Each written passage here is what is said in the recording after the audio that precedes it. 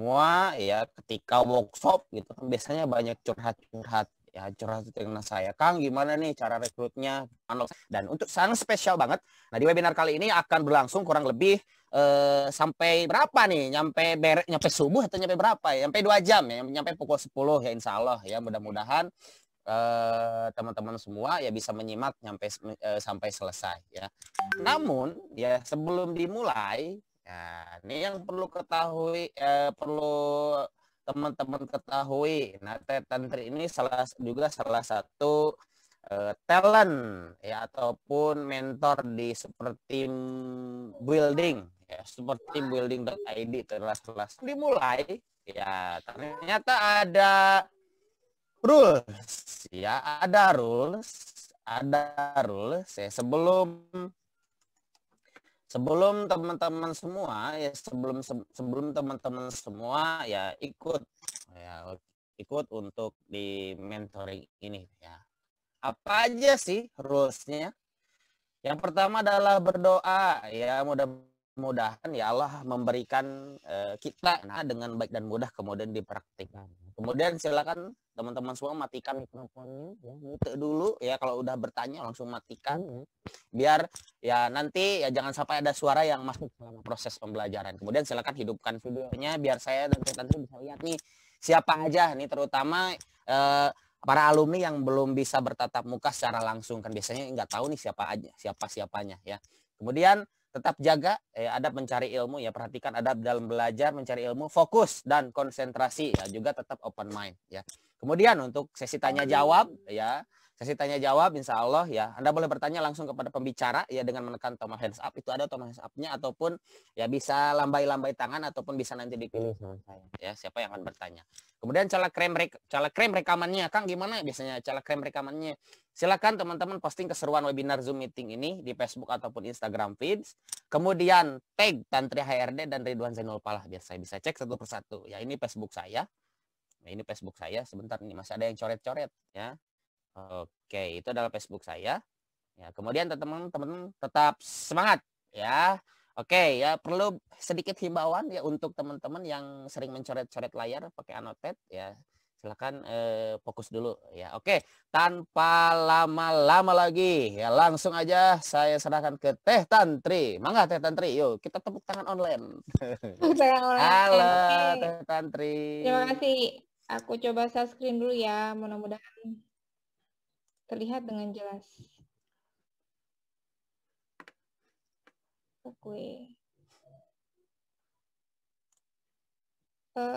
Ada nggak ya Mas Ridwan? Ada, siap, ada. Oh, alhamdulillah. Oke. Nggak terlalu besar ya. Ini tolong di-update dulu.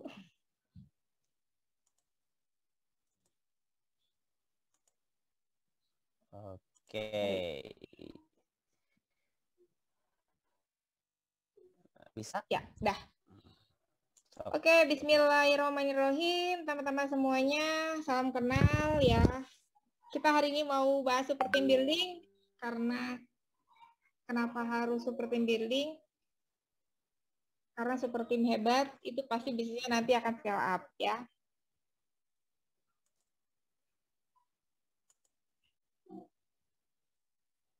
Oke. Sorry. Nah, ya sebelumnya perkenalkan diri dulu. Nama saya Tantri, panggil aja Tantri, namanya pendek banget. Pokoknya kalau ingat Tantri kotak harus ingat saya ya. Harus ingat Tantri. Saya itu seorang praktisi, sudah berkecimpung dunia HR kurang lebih dari 10 tahun, dari mulai masa kuliah sampai dengan sekarang. Dan alhamdulillah sekarang juga menjadi mentor untuk super team building dan juga konsultan di Career Guide. Jadi kalau Career Guide itu dia lebih ke jasa untuk rekrutmen, masih sister company-nya dari Billionaire Coach. Aktivitas saya selain sebagai HR di Billionaire Coach, saya juga dosen di salah satu kampus di Bandung ya. Nah, sebetulnya kita kan sering banget tuh denger ya, aku tuh punya tim gitu, oh aku tuh punya karyawan. Tapi sebetulnya siapakah tim kita, apakah kita udah kenal mereka, siapakah karyawan kita juga, apakah udah kenal gitu. Nah, kenapa di sini disebut dengan super team? Itu karena timnya di sini itu bukan tim yang biasa-biasa aja, bukan tim yang kaleng-kaleng gitu ya, bukan tim yang kalau dipencet dulu tombolnya baru gerak, tapi mereka yang betul-betul sudah dari awal itu adalah orang yang berpotensi untuk jadi tim kita, dan juga dia apa namanya, mampu gitu kan memenuhi apa yang menjadi keinginan kita sebagai business owner atau sebagai seorang leader gitu. Itu super team itu maksudnya adalah bukan tim yang kaleng-kaleng untuk menjadi bagian dari tim kita. Nah, banyak sekali teman-teman tuh yang biasanya bertanya ke saya, Teh Tantri, aku tuh pengen punya super team gitu ya. Aku tuh harus mulai dari mana sih sebetulnya gitu. Terus kadang ada yang bilang, aku pengen banget punya tim tuh kayak temenku, bahkan kayak billionaire coach gitu, plek-plek sama gitu. Nah, ini dia yang harus kita perhatikan sebetulnya nanti dulu. Karena setiap bisnis itu pasti dia punya komponen timnya masing-masing yang belum tentu sama. Bahkan barangkali penamaan customer service di Billionaire Coach mungkin akan berbeda dengan customer service yang teman-teman butuhkan, gitu ya. Jadi kita harus berhati-hati dulu nih untuk istilah itu.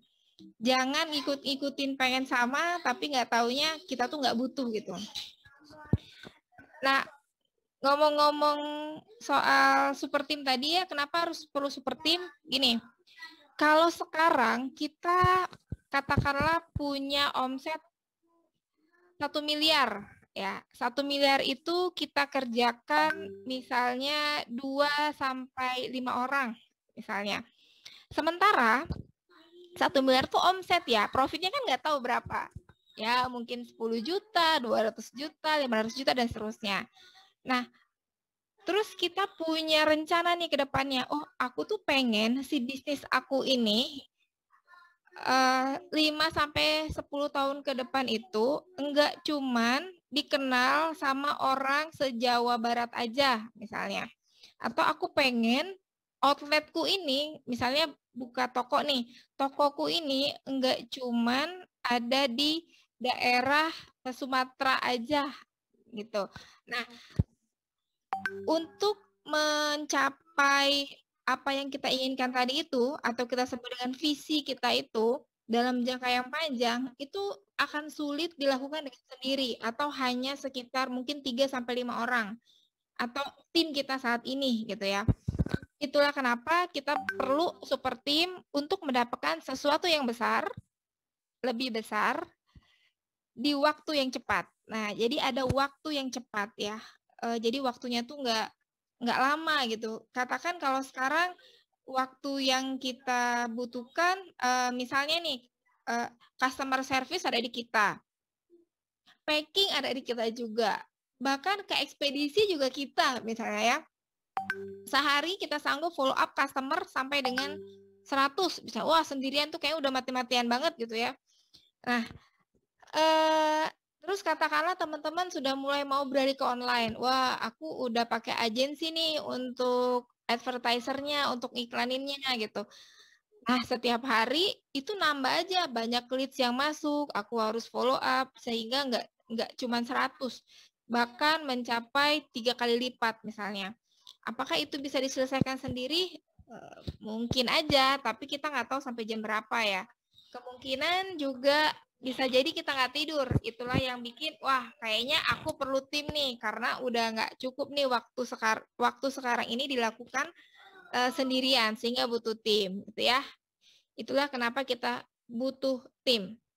Nah ini pertanyaan orang-orang yang suka juga tanya ke saya, Mbak sebenarnya tim tuh aset atau cost ya gitu. Ya bisa dua-duanya gitu. Sekarang silakan cek timnya teman-teman itu adalah aset atau cost. Cost itu dikatakan cost kalau misalnya setiap mau gajian kita tuh deg-degan ngeluarin gajinya gitu ya, deg-degan, aduh gitu ya, nggak gaji lagi bulan ini gitu. Itu tanda-tanda cost. Atau misalnya kenapa sih dia tuh kerjanya banyak yang salah terus gitu kan, terus pelupa, terus misalnya kenapa harus apa-apa tuh disuruh terus gitu. Nah, hati-hati, jangan-jangan itu adalah cost bukan aset. Nah, dikatakan tim itu aset kalau misalnya dia betul-betul bisa membantu pekerjaan kita, meringankan si beban pikiran kita tadi dan menyerahkan pekerjaan yang tadinya kita handle dia yang kerjain. Karena teman-teman ingatlah ketika kita cari orang, itu tujuannya adalah bukan untuk bikin kita jadi pusing, tapi bikin pekerjaan kita lebih ringan sehingga kita sebagai business owner, sebagai leader itu sudah memikirkan hal yang lebih strategik lagi. Mikirin strategi, aku nanti mau punya produk baru ini, aku mau launching produk ini dan seterusnya, lebih ke sana ya. Jadi hati-hati sekarang cek timnya aset atau cost nih. Mudah-mudahan aset ya, insya Allah mudah-mudahan. Nah, ini silakan teman-teman coba renungi, pernahkah merasakan hal-hal seperti ini? Misalnya kebingungan, mau rekrut tim, atau udah deh aku sendirian aja, mau rekrut tim tapi bingung, misalnya nyarinya kayak gimana. Pernah rekrut tim tapi misalnya baru sehari, 2 hari, seminggu, tapi sudah kabur. Punya tim tapi kok nggak perform gitu ya. Kok kerjanya harus disuruh-suruh terus gitu. Punya tim terbaik, udah percaya banget ceritanya. Tiba-tiba dia bilang resign gitu, mendadak lagi. Atau misalnya punya tim yang skillnya bagus banget, tapi si attitude-nya itu pokoknya bikin istighfar terus gitu. Barangkali teman-teman merasakan hal seperti ini gitu ya, ada di antaranya. Tapi jangan khawatir karena bukan teman-teman aja yang merasa, bukan 1-2 orang aja yang ngerasain kayak gini gitu. Pasti ada banyak hal-hal lainnya. Nah, kenapa itu bisa terjadi? Gini, kalau kita ibaratkan tim itu adalah aset ya. Tim itu adalah aset. Dimana ketika kita rekrut dia, kita cari gitu ya, kita seleksi dari sekian kandidat, terus kita ambil yang terbaik di antaranya, kemudian dia bekerja sesuai apa yang kita inginkan gitu. Nah, itu tuh nggak berhenti sampai sana aja. Mungkin kita merasa bahwa oke, aku udah punya tim, selesai gitu. Enggak gitu. Di belakang-belakangnya itu harus ada bagaimana kita maintain-nya. Sama kayak kalau misalnya kita punya pasukan reseller, itu kan di maintain juga gitu ya. Di apa namanya, di mentoringin, dikasih ilmu, diajarin segala macam. Sama tim juga seperti itu, tim internal ya. Katakan misalnya admin, customer service dan lain-lain itu tidak sebatas oke, kamu kerja jam 5 pulang gitu aja, enggak. Karena dia tuh juga punya sesuatu gitu ya, keinginan, dia punya motivasi kenapa dia mau di situ gitu kan. Atau dia punya cita-cita yang barangkali kita tuh sebetulnya menjadi jalan untuk mewujudkan itu, yang kadang-kadang kita nggak sadar gitu. Sehingga ini adalah proses yang panjang. Membangun tim itu proses yang panjang. Mulainya dari mana? Mulainya dari rekrutmen. Jadi kalau kita dapat orang yang tepat untuk posisi yang sedang kita cari ini, insya Allah ke depannya itu akan lebih gampang ya. Ke depannya itu akan lebih gampang. Tapi kalau seandainya tadi kita rekrut, ibaratnya udah deh yang penting ada orangnya gitu. Nah, syukur-syukur kalau misalnya orangnya bagus. Tapi kalau enggak, itu yang agak riskan nih, yang pasti bikin kita PR-nya akan lebih panjang lagi. Intinya, ketika kita bisa menemukan orang yang tepat, gitu ya, orang yang tepat untuk sebuah posisi ini, insya Allah kesananya itu akan lebih mudah dalam hal, misal ngajarin dia, gitu ya, ngajarin dia, nge-training dia, atau dikirim training ke Billionaire Coach, itu harusnya nggak susah dia untuk belajar itu kalau seleksi kita udah tepat, ya. Oke, kita lanjutkan. Nah, ini teman-teman ya. Hop, saya pindahin dulu ini. Nah, ini silakan teman-teman renungi ketika mau membangun tim gitu ya. Putuskan dulu dengan cara menjawab pertanyaan ini. Pengen seperti apa bisnisnya 5-10 tahun ke depan? Apakah pengen kayak gini aja? Jalan di tempat gini, udah deh, yang penting aku mah cukup segini. Yang penting aku mah profit 5 juta sebulan juga udah gitu kan. Apakah sampai situ? Atau tadi panjang, aku pengen bisnisku ini bermanfaat untuk banyak orang gitu kan. Aku pengen ketika aku nggak ada tuh aku dikenang karena bisnisku ini gitu kan misalnya, dan seterusnya. Atau aku pengen bisnisku ini bisa panjang sampai 8 keturunan dan seterusnya. Jadi silakan dipikirkan dulu pengen seperti apa bisnis 5-10 tahun ke depan. Atau kita sebut dengan visi. Nah ini penting, kadang-kadang kita tuh jalan aja. Udah deh pokoknya aku jalan aja gitu ya. Jalan aja. Lihat nanti ke depan seperti apa. Nah, alangkah lebih bagusnya ketika teman-teman punya pijakan, yaitu visi itu tadi. Itu yang pertama. Lalu yang kedua, setelah teman-teman pikirkan 5-10 tahun mau seperti apa bisnisnya, nah sekarang pikirkan strategi yang akan digunakan. Katakan misalnya tadi, oh aku sudah punya rencana 5 tahun nanti, tahun 2026 gitu ya. Bener ya? Ya. Aku pengen tadi misalnya toko pempekku tadi nggak cuma di Palembang aja, tapi sudah sampai misalnya daerah ke Kalimantan misalnya ya, atau ya aku sudah bisa melakukan pengiriman nggak cuma pempek tapi masakan Palembang sampai dengan daerah Papua misalnya. Nah, strategi apa nih yang digunakan ketika mau melakukan itu? Katakan tadi kita toko pempeknya itu offline ya, bukan kan kalau orang Palembang itu kan sukanya makan pempek di tempat ya. Jadi sekarang aku mau online nih, berarti kalau aku harus menjangkau sampai dengan daerah sana, oh berarti aku butuh pasukan yang bisa melakukan itu gitu. Nah pasukan ini silakan dicek apakah pasukan internal yang nanti akan dilatih untuk melakukan itu, atau gitu ya mencari orang baru gitu ya. Jadi pikir dulu strateginya seperti apa. Yang berikutnya, nah ini yang harus dicek ketika kita mau nambah orang atau nambah tim, berapa lama waktu yang dibutuhkan untuk menyelesaikan sebuah pekerjaan gitu ya.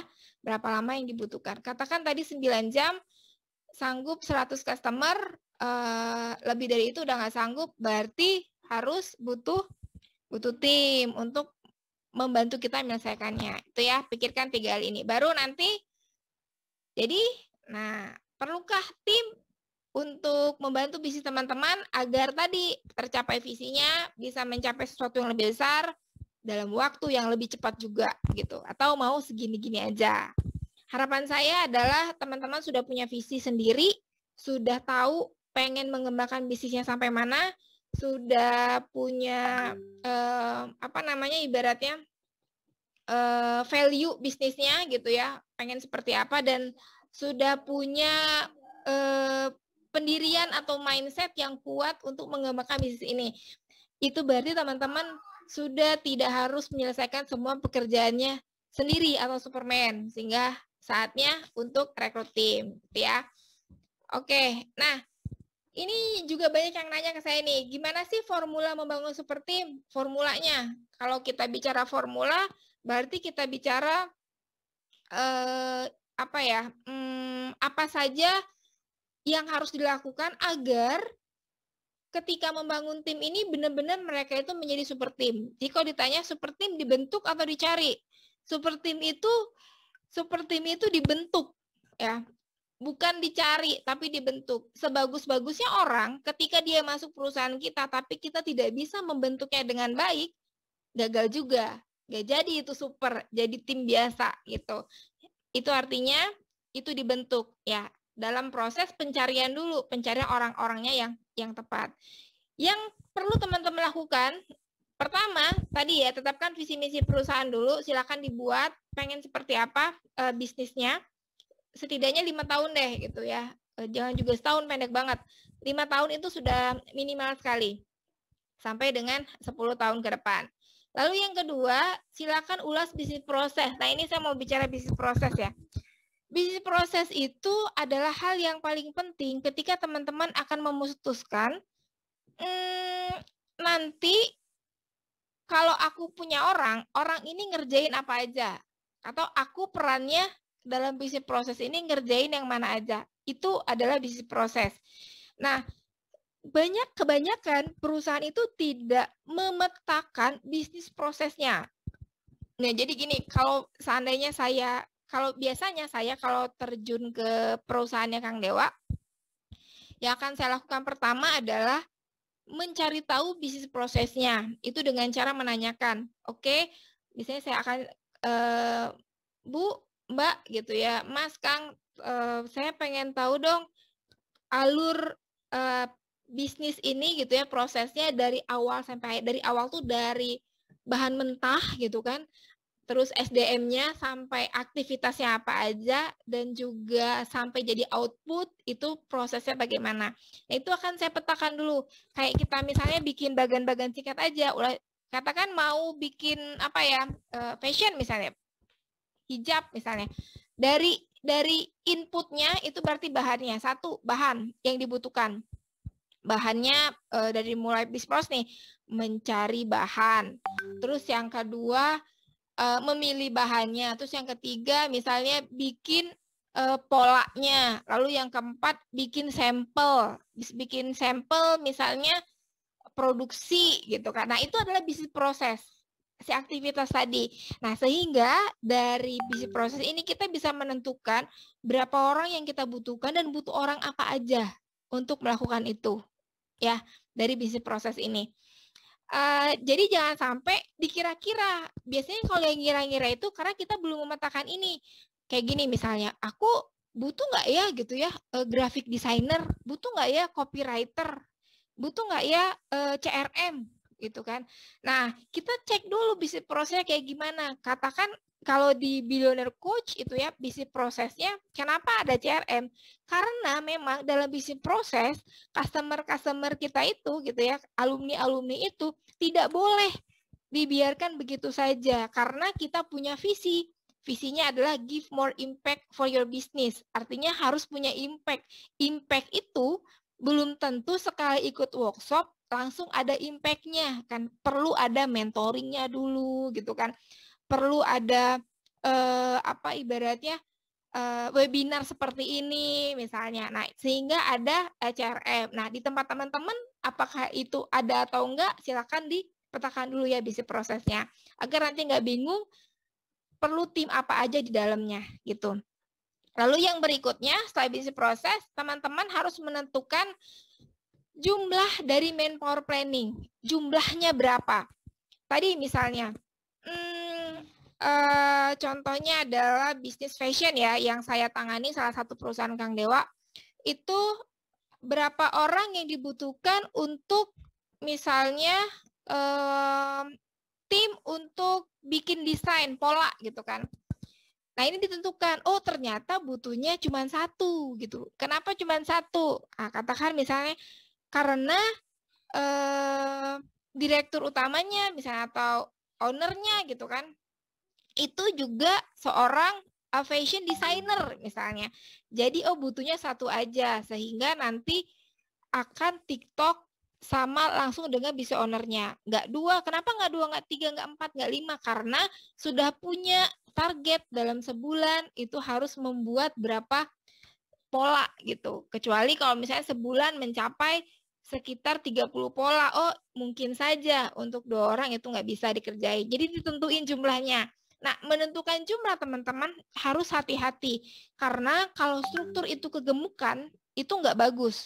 Struktur yang bagus itu dia fit gitu ya. Dia ramping, fit, dan semuanya itu produktif. Kalau misalnya kegemukan, itu nanti bingung.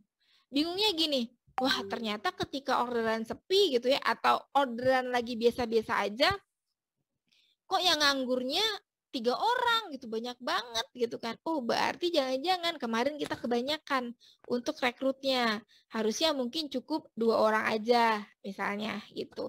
Jadi ditentukannya harus dalam jumlah yang pas ya untuk manpower planning-nya. Nah, formula yang keempat adalah teman-teman harus menentukan culture perusahaan. Ini penting banget gitu ya. Nah, kenapa culture itu penting? Karena culture ini adalah modal bagi teman-teman untuk membentuk super tim juga. Katakan misalnya gini, kan setiap orang, setiap tim itu ketika masuk ke tempat kita, dia punya value sendiri, dia punya kebiasaan sendiri, punya cara sendiri gitu kan. Nah, kalau katakan 10 orang itu punya caranya masing-masing ketika kerja di tempat kita nggak nyiptain culture, mereka bisa menerapkan culture yang mereka miliki. Ya, kalau culture-nya itu bagus. Gimana kalau seandainya culture-nya itu bikin kita geleng-geleng gitu. Geleng-geleng bukan seneng, tapi geleng-geleng ya ampun gitu ya segitunya.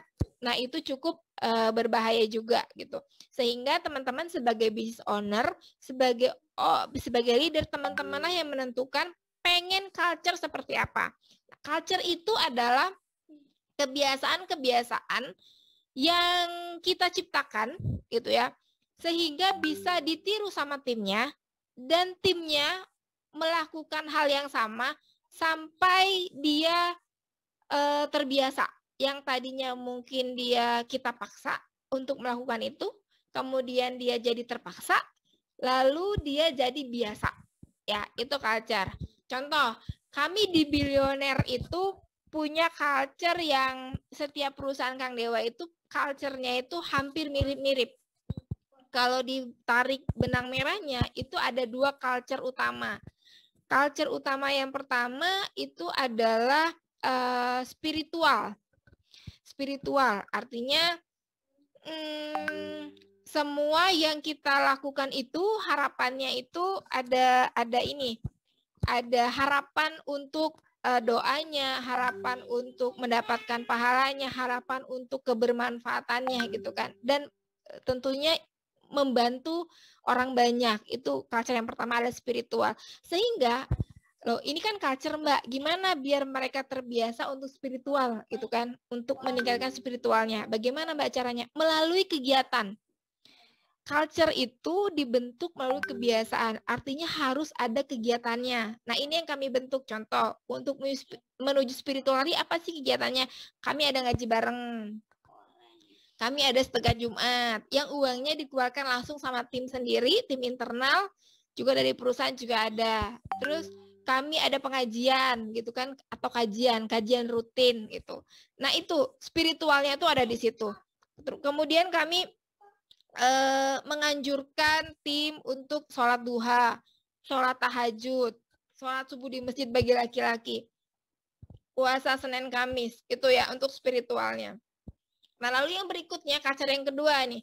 Culture yang kedua itu adalah bertumbuh secara skill atau pembelajar gitu. Tujuannya biar mereka bertumbuh. Intinya harus menjadi seorang yang pembelajar. Kenapa pembelajar? Karena billionaire coach khususnya, kalau kita bicara billionaire coach aja, kan dari namanya juga udah billionaire coach ya.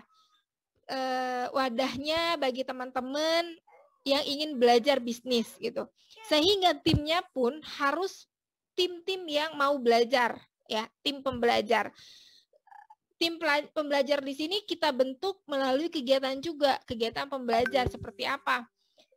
Ada sharing rutin, misalnya seminggu sekali atau secara divisi masing-masing. Terus ada juga training, entah itu dia belajar dari luar gitu kan, dan dia harus mau belajar dari siapa aja. Nah, itu culture-nya, culture spiritual dan culture pembelajar yang kami bentuk di khususnya Billionaire Coach sendiri seperti itu. Jadi kalau culture buatlah dalam bentuk kegiatan. Nah, culture ini nanti berguna teman-teman untuk teman-teman nyari orang, nyari tim. Jadi kalau kita interview, yang dinilai itu apa? Orang mungkin kebanyakan skill ya. Kalau saya itu melihat attitude-nya dulu. Itu yang pertama tuh attitude. Kenapa itu penting? Karena skill bisa dilatih. Attitude itu luar biasa susah merubahnya. Sehingga cari dulu modal utamanya, attitude-nya. Nah, attitude-nya itu disamakan dengan culture-nya. Dan lain-lain boleh ditambahkan. Tadi ya, 2 culture utama kami ada spiritual sama itu pembelajar, sehingga ketika rekrutmen mau itu fresh graduate dan sebagian besar tim di Billionaire Coach itu 80% adalah masih fresh banget yang baru-baru lulus, dan alhamdulillah mereka sudah cukup lama di Billionaire Coach, cukup loyal karena itu tadi ya, culture yang kami ciptakan dan juga cara mengelola mereka dengan alhamdulillah dengan cukup baik. Nah, nanti pada saat interview yang teman-teman lihat tadi ya, attitude itu adalah yang utama. Akan lihat culture kita cocokin. Contoh, tadi saya culture-nya pembelajar sama spiritual. Pada saat interview saya pasti lihat satu, lihat agamanya dulu. Tentunya Muslim, karena kita sebagian besar kan Muslim ya. Jadi kita satu cari yang Muslim, terus yang kedua perempuan itu harus menggunakan hijab.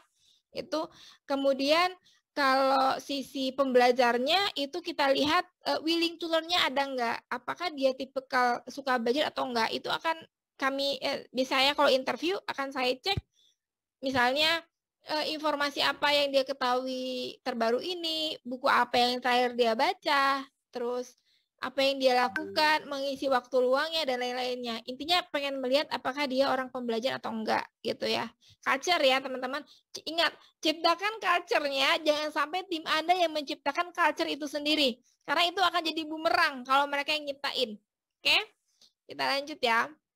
Ini formula yang kelima, lakukan rekrutmen dan seleksi. Nah ini nih, kalau tadi visi proses udah ada, udah dipetain, aktivitasnya udah ada. Nanti visi proses itu teman-teman akan keluar dalam bentuk job desk.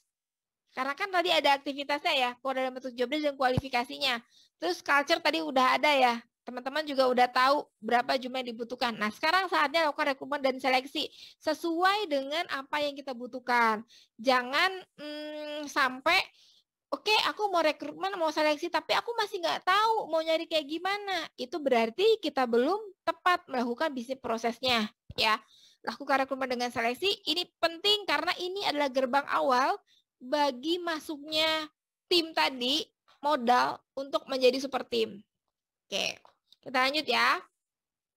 Nah, yang keenam, ini formula terakhir adalah kelola super timnya. Karena itu tadi saya bilang, percuma kalau kita dapat yang bagus, yang oke, attitude bagus, skill bagus, knowledge-nya oke. Ketika masuk tidak bisa di-maintain dengan baik, ya wassalamualaikum juga gitu. Tapi kalau kita bisa mengolah dengan baik, insya Allah tadi, kalau kata Kang Dewa tuh super team gitu kan, terus kita ditambah dengan mimpi yang besar gitu kan, ditambah juga dengan leader gitu kan, crazy leader, leader yang gila, bukan gila dalam artian gila itu ya, tapi gila karena kerennya gitu kan. Itu sama dengan melawan kemustahilan kalau kata Kang Dewa. Itu seperti itu. Dan itu memang betul terbukti sekali.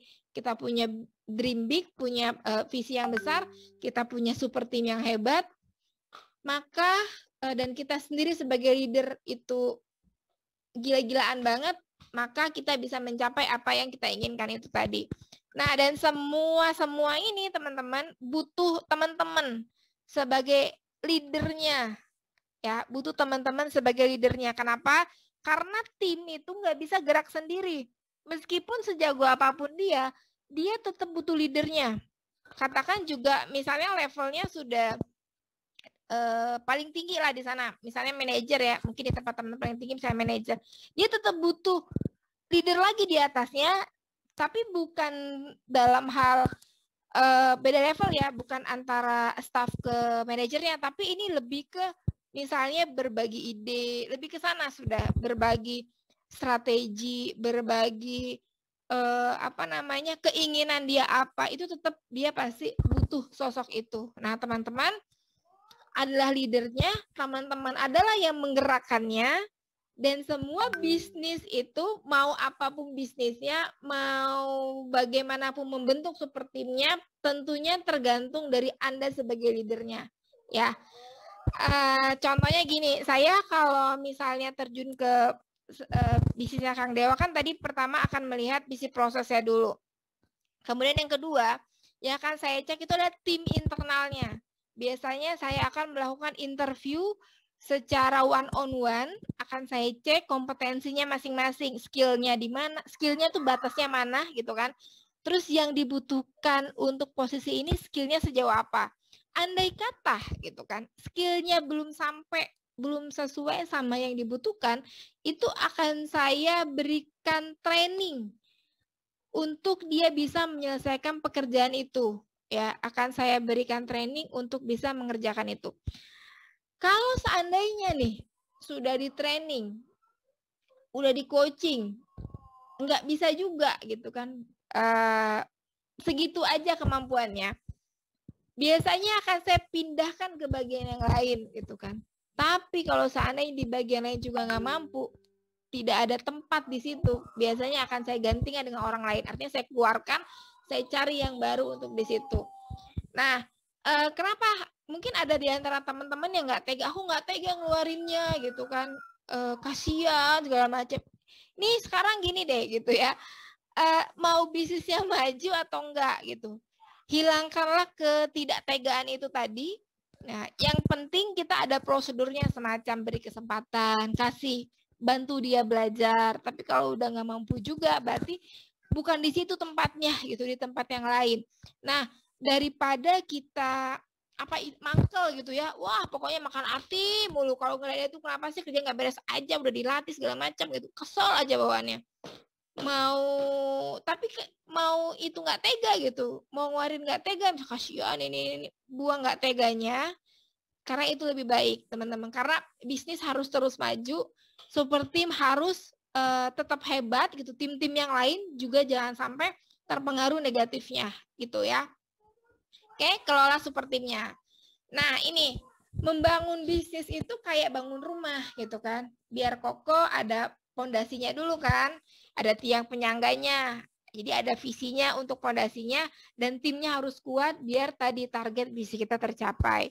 Kalau timnya nggak kuat ya udah susah itu pasti, untuk mencapai sesuatu yang besar tuh pasti butuh waktu yang cukup lama gitu ya. Nah itu tadi, kita kalau seandainya nggak mau repot gitu ya untuk melatih dia, artinya teman-teman akan harus mencari profesional. Dia nggak perlu dilatih. Tapi itu tadi, harganya pasti lebih tinggi, itu yang pertama. Terus yang kedua, kadang-kadang idealis. Biasanya gitu kan. Tapi kadang-kadang ada bagusnya idealisnya dia itu, ketika memang kita banyak, andai kata banyak ketidaktahuan, tapi dia lebih banyak tahu, itu profesional. Kalau kita misalnya cari yang fresh, kalau teman-teman siap untuk melatihnya, ya kenapa enggak gitu kan, latih gitu kan. Nah, kalau kami tergantung, jadi tergantung posisi ya, tapi kalau saya biasanya akan merekomendasikan untuk leader itu bukan orang luar, tapi orang dalam. Artinya tetap mereka yang dari level pertama di bawah, terus mereka di coaching, dikasih training, di mentoring, sampai akhirnya bisa mencapai posisi yang lebih tinggi gitu.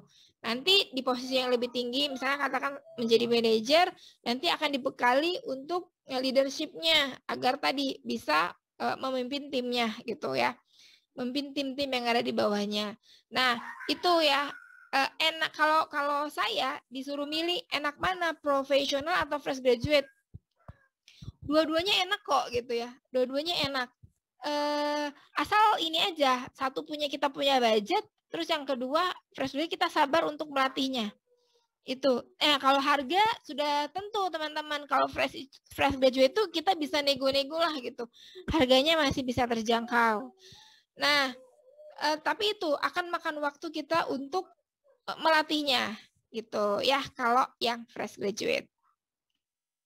Nah ini, nah teman-teman, banyak sekali penelitian yang menyebutkan bahwa banyak bank, ini salah satunya, perusahaan-perusahaan itu banyak gagal gitu ya, startup pada khususnya gagal banget bertahan, itu 25%-nya karena kurang tim yang kuat. Timnya nggak kuat, jadi dia gagal gitu.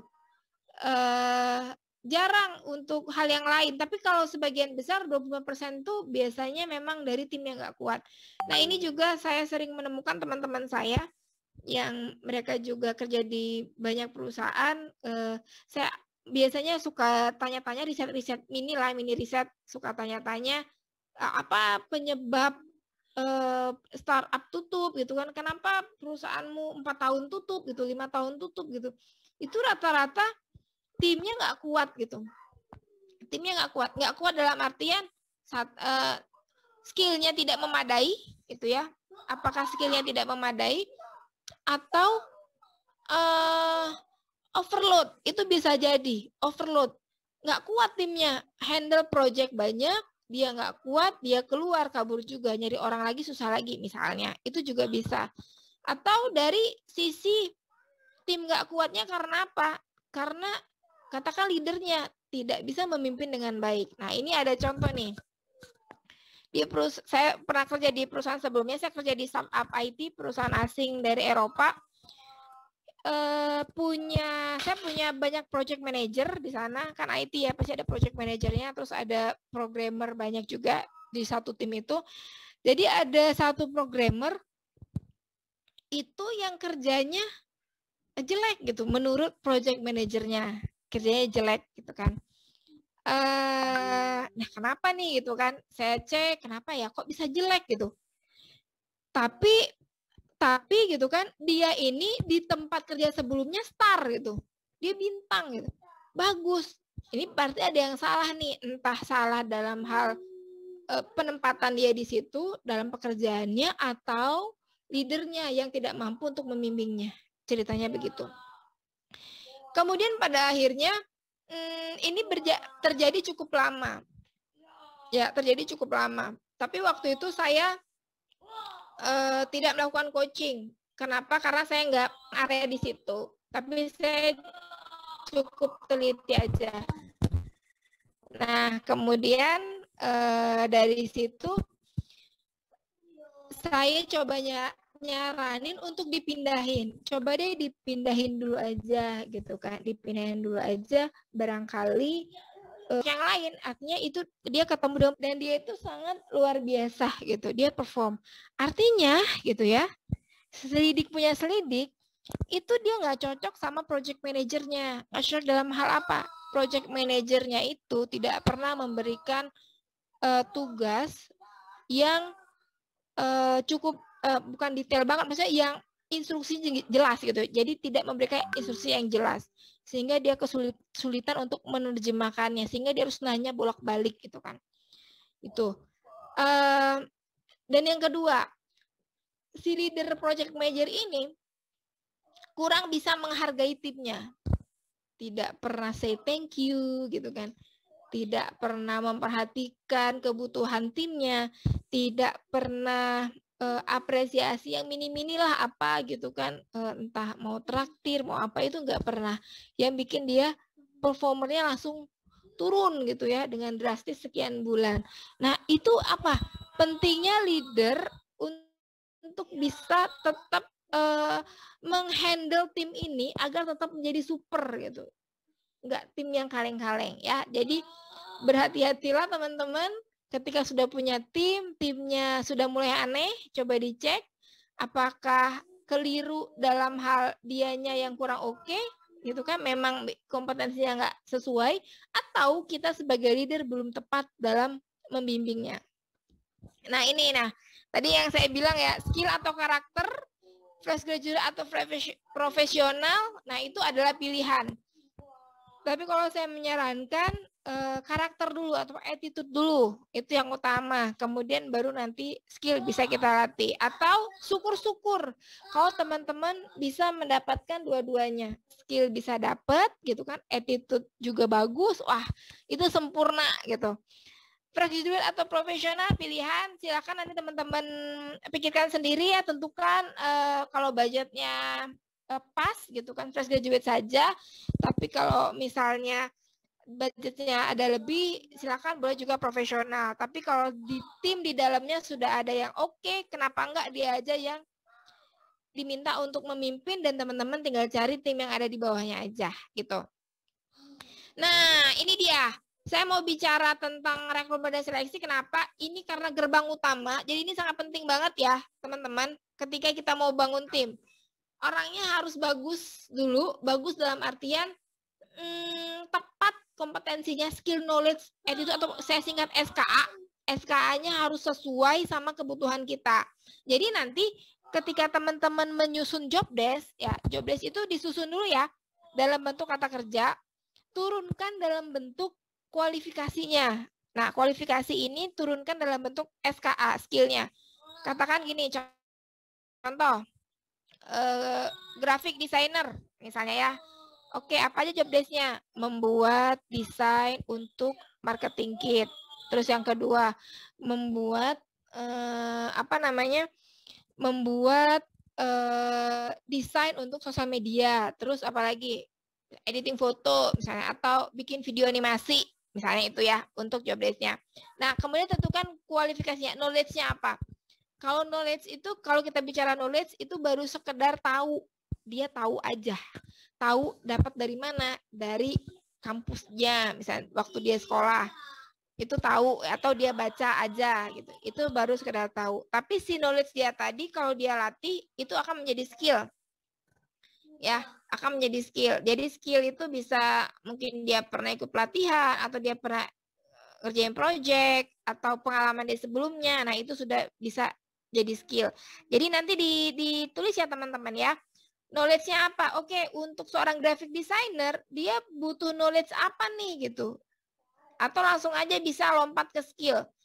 Dia butuh skill apa? Oh, misalnya skill untuk menggunakan keluarga Adobe Illustrator, Adobe Photoshop, yang kayak gitu-gitu lah ya, keluarga Adobe misalnya. Itu untuk teknisnya, skillnya.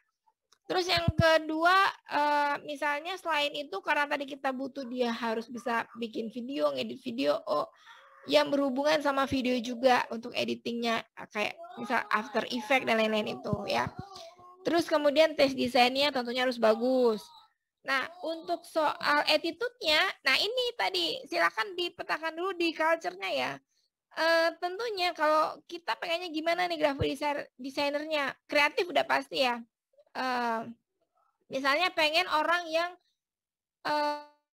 humble, orang yang ramah, orang yang inisiatif, orang yang gigih, komunikasinya bagus, punya leadership. Nah, itu adalah attitude. Ya, nanti dipetakan. Nah, kalau kita sudah petakan itu, ketika mau melakukan proses rekrutmen dan seleksi, itu akan gampang ngelihatnya kalau sudah dipetakan. Yang tidak dipetakan, itu yang akan bikin kita gini, dia bagus nggak ya? Atau bilang gini, kelihatannya bagus. Nah, kalau udah kita bicara kelihatan, bicara mungkin, itu berarti kita tidak bisa melihat dia pada waktu itu seutuhnya di situ pada saat proses seleksi ya. Ini ya teman-teman ya, proses rekrutmen dan seleksi bagaimana melakukannya. Nah, ini kalau kita bicara rekrutmen dan seleksi, ini dia goalnya. Goalnya adalah memastikan tim yang masuk adalah orang yang tepat pada posisi yang tepat dan waktu yang tepat. Waktunya harus tepat ya. Artinya nggak terlalu cepat, nggak juga kelambatan gitu. Kalau kelambatan tadi kita punya target kapan. Kalau kita kelamaan nyari orangnya juga jadi lama. Jadi tentukan dulu kapan waktu yang tepat untuk kita bisa merekrut orang lain. Itu tim kita tadi. Kalau bicara rekrutmen itu bicara ngumpulin CV-nya, nyari CV-nya. Kalau bicara seleksi berarti kita sudah bicara sampai dengan proses melihat skill, knowledge, attitude-nya, dilakukan interview. Nih, pernah nggak teman-teman buka lowongan dapat CV banyak banget gitu ya? Mudah-mudahan ya dapat banyak. Semakin banyak CV yang masuk, semakin enak kita nanti memilihnya gitu. Kalau saya, kalau buka lowongan, seringkali CV yang masuk itu di atas 3.000. 3.000 mabok juga sebenarnya untuk menyeleksinya gitu ya. Katakanlah 3.000 saya interview semua. Wah, kayaknya nggak mungkin itu 3.000-3.000-nya habis waktu. Sehingga di screening CV-nya tadi. Dari mana ngelihatnya? Tadi kalau kriteria kita nyari pengalaman, tinggal lihat aja pengalamannya. Sesuai nggak sama yang kita butuhin. Kalau misalnya carinya yang fresh graduate, tinggal lihat aja pendidikan terakhirnya apa gitu. Paling gampang gini. Kalau graphic designer carinya di mana? Cari lulusan DKV, desain komunikasi visual, D3 atau S1 misalnya. Kalau nyari orang video di mana? Cari dari multimedia. Orang DKV juga bisa video, tapi jarang. Biasanya mereka bisa dua-duanya, tapi akan ada yang lebih unggul. Biasanya lebih unggul di desain, gitu ya. Terus nyari copywriter kemana? Tapi yang masih newbie, carilah dari linguistik, jurusan linguistik, ya. Karena mereka belajar basic copywriting di situ. Ini kalau nyari yang fresh ya. Terus saya kalau mau cari customer service di mana? Cari aja dari lulusan marketing misalnya. Mau cari admin dari mana? Cari finance dari mana? Cari aja dari lulusan akunting atau administrasi. Bisa dari SMK, Kalau SMK bisa cari yang pengalaman, ada pengalaman setahun 2 tahun, atau yang dari S1 fresh graduate juga nggak apa-apa. Nah itu kalau teman-teman nyari fresh graduate. Jadi kalau dari fresh graduate biasanya saya akan lihat dari background pendidikannya. Terakhirnya apakah match gitu dengan yang saya cari itu tadi. Agar tadi itu biar tadi dia modalnya udah punya kayak linguistik, dia udah biasa nulis tuh. Dia pasti bisa disuruh bikin artikel gitu kan. Tinggal mungkin copywritingnya mungkin memang masih basic aja, tapi kalau kita sudah latih dia pasti bisa oke banget tuh gitu. Contohnya kayak Terani, itu Terani dari linguistik, saya hire yang fresh graduate baru lulus gitu kan dari linguistik, alhamdulillah dalam waktu 2 bulan tuh sudah secara grafik udah signifikan banget nih kemampuannya gitu, udah naik banget gitu alhamdulillahnya. Nah itu ya teman-teman ya, kalau tadi ingat goalnya adalah kita punya tim yang masuk tuh orangnya orang tepat. Mbak Tantri kalau saya dapat orang yang nggak tepat gimana gitu kan? Yang sekarang nggak tepat, udah ada nih orangnya ternyata nggak tepat. Coba cari posisi yang tepat di mana. Kalau nggak ada, mending udahin deh. Terus cari orang yang tepat ya. Ingat kita butuh percepatan. Jadi jangan berlama-lama. Lanjut ya, kalau proses seleksinya tepat, timnya tepat, produktivitasnya juga pasti maksimal, dan perusahaan juga pasti returnnya akan sesuai. Kalau proses seleksinya nggak tepat, timnya nggak produktif, gitu ya, resign, gitu kan, ya harus mulai dari awal seleksinya. Seleksi itu berbayar teman-teman, rekrutmen itu berbayar. Kalau teman-teman pakai platform rekrutmen yang berbayar. Kalau saya nyaranin nih, kalau misalnya mau dapat CV yang banyak, yang database-nya bagus-bagus, itu banyaknya di Jobstreet. Data dia tuh banyak banget.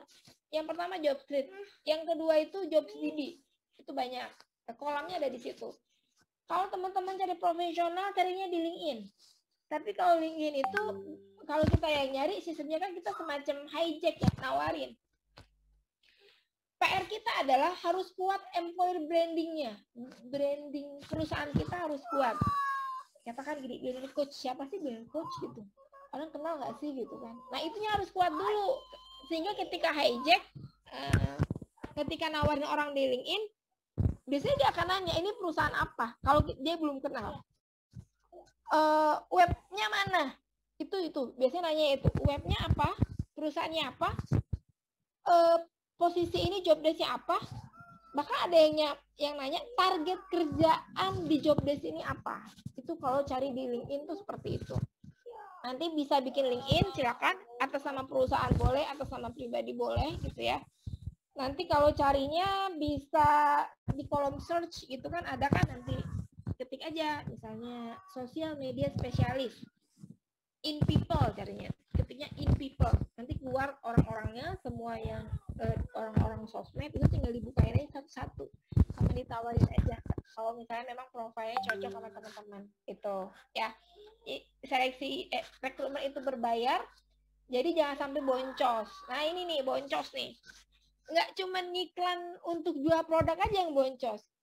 Para HRD itu juga suka boncos kalau misalnya dia nggak tepat dalam melakukan rekrutmen, dalam artian nggak tepat dalam membuat job postingnya, nggak tepat. Misalnya tadi employer brandingnya belum kuat, tidak tersuarakan siapa itu billionaire coach misalnya. Terus juga penulisan dalam kualifikasinya nggak tepat dan job desk-nya nggak tepat juga. Atau yang ketiga, posisi itu masih jarang, orang pada nggak tahu. Contoh, campaign spesialis. Nah, itu kan sekarang istilahnya campaign spesialis. Apakah sudah banyak orang yang tahu itu? Belum tentu gitu kan. Yang pun kalau misalnya buka, biasanya yang apply dari mana? Orang digital marketer biasanya. Kalau enggak orang marketing, biasanya yang apply-nya itu. Tapi pastinya nggak akan terlalu banyak karena penamaan yang baru itu tadi ya. Jadi namanya pakai dulu aja yang umum, tinggal nanti job desk-nya aja dibuat seperti apa job desk-nya. Nih rekrutmen ya, menjaring pencari kerja tertarik dengan perusahaan kita. Nah biar dia tertarik, CV-nya banyak gimana? Ya ini lowongannya harus dibikin yang menarik gitu. Kalau teman-teman nggak pakai platform rekrutmen ya harus bikin kalimat yang menarik untuk si lowongan itu. Kalau teman-teman pakai platform rekrutmen, itu nggak ada begini-begininya. Tinggal masukin aja, oh posisinya apa, tinggal ceritain ini perusahaan apa, masukin webnya kalau ada. Nah harapan saya kalau misalnya belum ada webnya, minimal sosmednya deh gitu, sosmednya jalan. Karena para milenial, para gen-gen yang baru ini tuh, dia tuh pasti akan melihat ini perusahaan apa gitu kan, di mana keren apa enggak. Contoh nih, kayaknya anaknya lagi nonton juga nih. Saya punya tim HR gitu ya, punya tim HR, mungkin dia juga lagi nonton. Saya nggak usah sebut namanya. Saya punya tim HR itu 1 orang. Ceritanya saya tuh nggak bikin LinkedIn untuk billionaire coach ya. Saya mikir gini, ngapain gitu? Karena BC udah dikenal, agak sombong dikit ya. BC udah dikenal gitu kan. Saya nggak perlu employer branding melalui LinkedIn menurut saya gitu kan. Tapi menurut dia itu penting sebagai netizen gitu, sebagai job seeker, buat dia itu penting gitu. Penting bahwa saya itu kerja di perusahaan yang keren. Orang-orang tuh perlu tahu. Nah itu memang anak zaman sekarang kayak gitu. Jadi bangunlah saya nyebutnya employer branding ya. Bangunlah employer brandingnya gitu kan, branding perusahaannya agar kita bisa menarik talent-talent yang bagus-bagus gitu. Karena pengalaman nih, saya pernah career guide gitu ya, salah satu sister company-nya Billionaire Coach yang fokus di rekrutmen, itu pernah cari bantu klien untuk cari sebuah posisi gitu kan. Posisinya adalah sosial media spesialis. Cari sosial media spesialis, teman-teman. Perusahaannya itu belum ada webnya. Sosmednya isinya sosmed jualan semua. Kemudian followernya masih sedikit gitu ya. Jadi ketika saya menawarkan nih ceritanya gitu ya, dia langsung nanya kan, ini perusahaan apa, ada di mana gitu kan. Nah, ketika saya bilang oke, perusahaan ini, cuman jawab oke, baik, saya belum tertarik. Nah itu sering terjadi. Jadi harapannya itu dibangun ya employer brandingnya, itu penting. Untung dari employer branding itu yang pertama nih. Yang pertama employer branding itu untungnya adalah kita bisa menarik para best talent, orang-orang yang bagus aja yang masuk ke ranah CV kita, itu yang pertama. Kemudian yang kedua,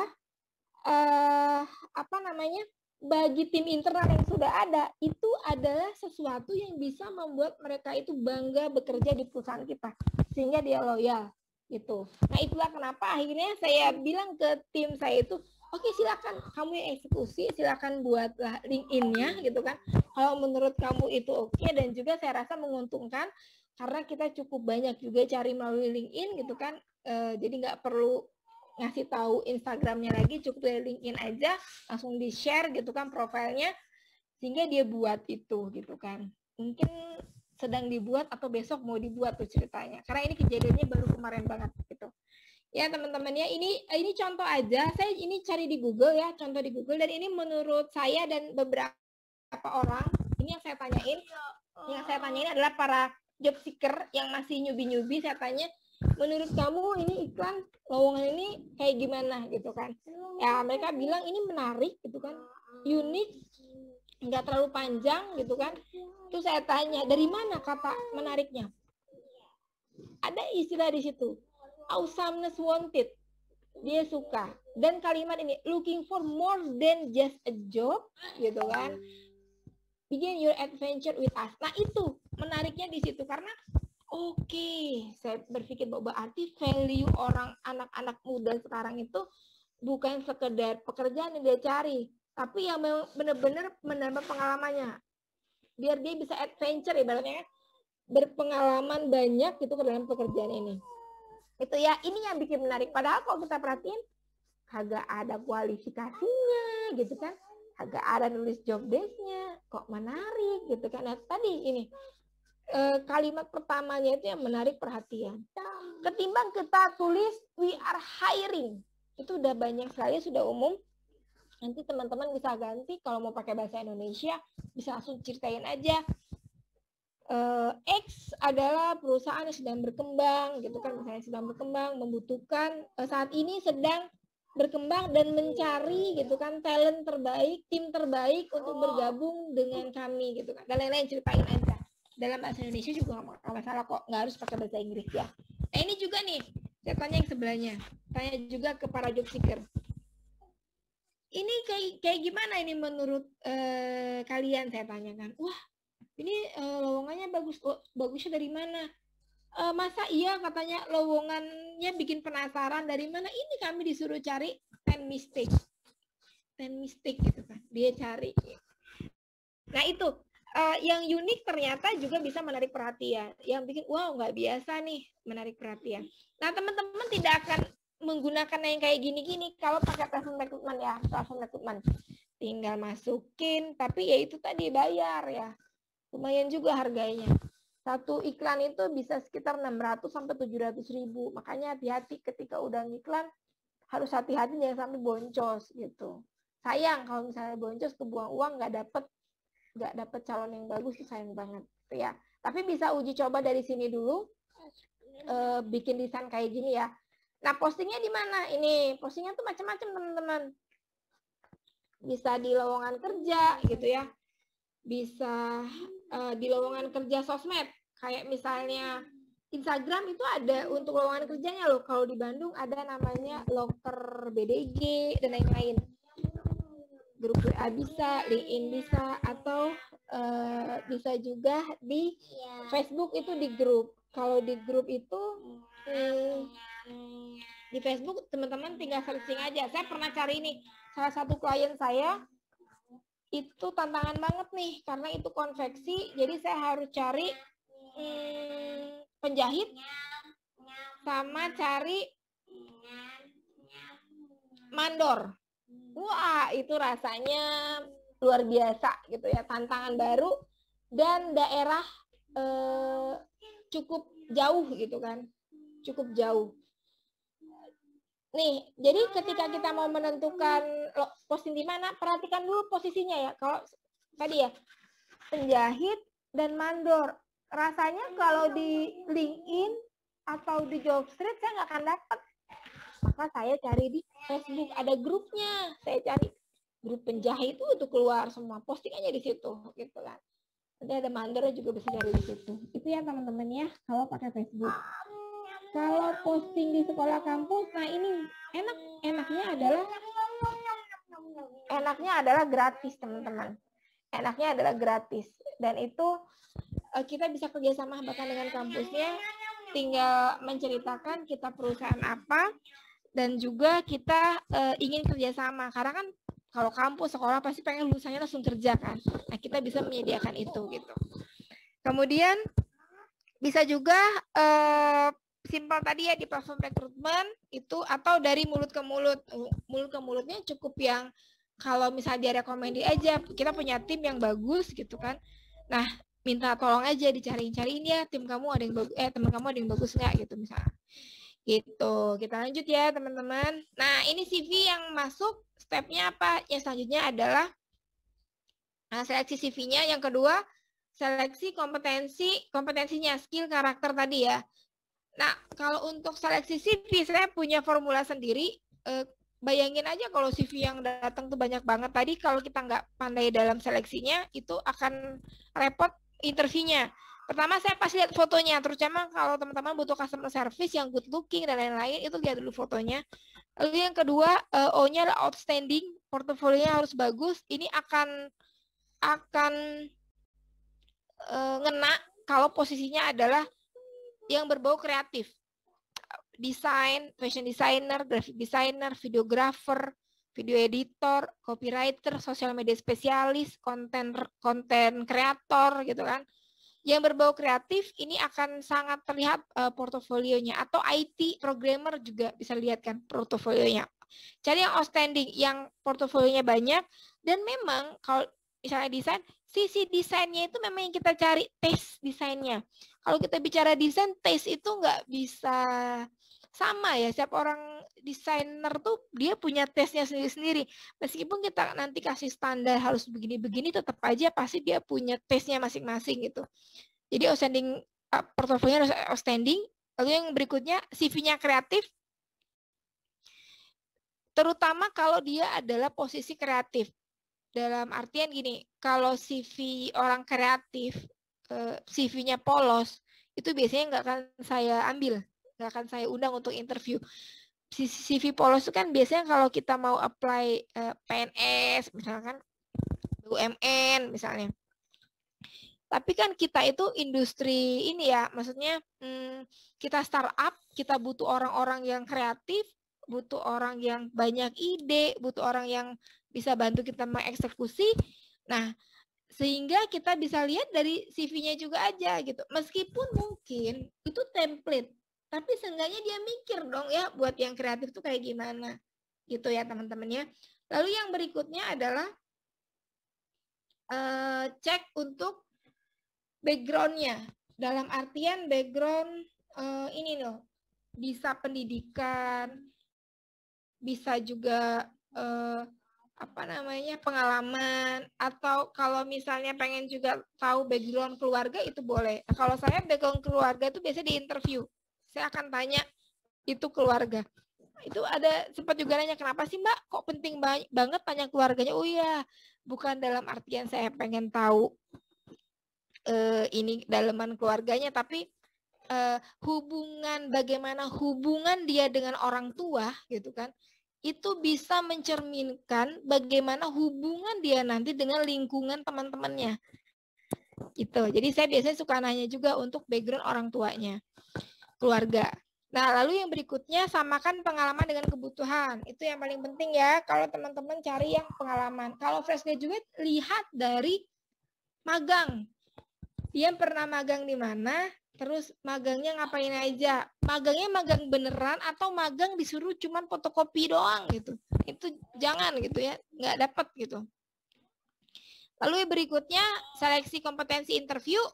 Ini tahap yang paling krusial teman-temannya, sehingga pada saat interview harus hati-hati banget bagaimana melakukannya. Kalau saya biasanya menggunakan sebuah metode yang disebut dengan TSI, atau bisa juga disebut BEI, Behavioral Event Interview. Ini interview ini yang saya tanyakan pertanyaannya melihat masa lalu yang dilihatnya. Dalam artian perilaku yang pernah dia lakukan, dia tunjukkan di tempat pekerjaannya, utamanya begitu ya, di tempat pekerjaannya. Karena apa yang dia lakukan gitu kan di sebelumnya itu akan memprediksi apa yang akan dia lakukan juga di tempat kita nanti gitu. Terutama ketika dia dalam kondisi misalnya stres, lagi tertekan, lagi dikasih banyak pekerjaan yang beragam, atau dia berpartner dengan tim yang nggak oke gitu kan, dan lain sebagainya. Yang berikutnya pertanyaannya lebih ke tadi ya, what you did in. Misalnya, ceritakan saat kamu menyelesaikan proyek yang deadline-nya sangat cepat. Ceritakan bentuk koordinasi kamu dengan tim saat menyelesaikan tugas. Pernahkah kamu mengalami diberikan pekerjaan lebih banyak dari biasanya? Ceritain dong gimana kejadiannya, apa yang kamu rasakan. Kalau misalnya dia bilang kita, tanya lagi, kalau yang kamu lakuin apa? Atau kami, tanyain lagi, kalau yang kamu lakuin yang mana? Peran kamu yang mana? Jadi fokusnya pada diri. Kalau dia sudah bicara kami, bicara kita, means dia nggak ngerjain itu sendiri. Ada tim di samping dia yang ngerjain itu, gitu kan. Jadi balik lagi, apa yang kamu kerjain, gitu. Itu teman-teman ya, what you did in. Nah, kalau sudah cocok, ngapain lagi nih berikutnya? Nah, membangun tim itu tadi kan seperti saya bilang nggak sebatas menemukan orang yang tepat aja. Nah, kita harus kasih dia juga jaminan ibaratnya ya.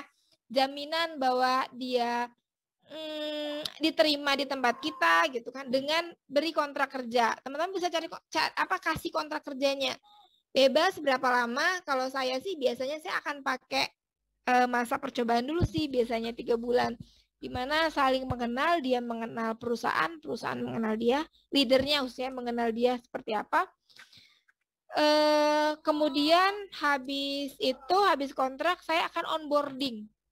Nah, teman-teman, onboarding itu gini, Kalau dia sudah masuk hari pertama, itu dilakukan onboarding, artinya dilakukan pengenalan. Apa yang dikenalkan? Satu, tentang perusahaan. Visi, misi, culture itu harus diceritain. Dia harus tahu gitu kan. Kedua, job desk-nya apa. Ketiga, teman-temannya dikenalin juga dengan atasannya dikenalin, suasana kantor juga dikenalin. Itu onboarding. Jadi onboarding itu masa-masa di mana menanamkan nilai-nilai yang ada di perusahaan. Nah, ini yang saya lakukan. Onboarding biasanya gini, kalau onboarding di Billionaire itu biasanya 3 sampai 1 minggu, 3 hari sampai 1 minggu. Yang paling lengkap itu adalah timnya customer service, karena banyak banget target. CS, CRM itu onboardingnya lama, 1 minggu. Kenapa? Karena banyak teknik yang harus dia pelajari. Dari mulai apa? 1, baca buku. Jadi kalau kita ada karyawan baru, itu hari pertama tuh dia nggak kerja. Hari pertama tuh bener-bener dia kenalan dulu nih sama lingkungan, sama teman-temannya. Baca buku. Jadi ada buku-buku wajib. Kalau kami di customer service, buku wajibnya itu ada closing bertubi-tubi gitu ya. Salah satunya itu. Atau 30 hari jago jualan, itu buku-buku wajibnya. Baca buku, jadi baca buku mandiri, karena kan kita punya culture pembelajar, suruh dia belajar sendiri. Kemudian habis belajar ngapain? Presentasi dong. Apa yang dia baca tadi, dia buat slide-nya, dia presentasiin gitu. Nah kayak gitu teman-teman ya. Itu biasanya 2 hari baca buku yang berbeda. Jadi 1 buku tuh sehari harus beres. Terus bikin slide presentasi. Hari kedua juga gitu. Terus hari ketiga ngapain? Belajar product knowledge. Jadi produk-produk di BC dia harus tahu, online course-nya dia bukain, ini tentang apa, segala macam, itu belajar itu. Nanti yang berikutnya workshop-nya, apa aja workshop-nya gitu. Yang berikutnya apa? Jadi produk cukup lama. Nanti habis itu mulai melatih skill-nya. Sampai dengan biasanya hari terakhir itu akan evaluasi oleh leadernya langsung atau manajernya langsung, dan juga kadang-kadang GM juga ikut. Mas Dika sebagai GM kadang-kadang ikut untuk mengevaluasi. Nah, jadi panjang ya, iya. Itu yang membuat tim kami di sini tuh kuat gitu, karena dari awal kami sudah menentukan yang oke gitu kan. Dari awal tuh saya sudah memetakan dulu mau nyari orang kayak gimana. Dari awal saya sudah cari di kolam yang betul, apakah itu di Jobstreet atau itu di LinkedIn atau di Facebook. Terus dari awal juga saya sudah melakukan seleksi dengan tepat, dan berikutnya dilakukan onboarding. Nah, dengan begitu, dengan setelah onboarding itu larinya pasti bisa lebih cepat daripada kita ketika dia lolos seleksi langsung kerja di hari itu. Itu biasanya suka yang kerjanya masih disuruh-suruh tuh, biasanya gitu.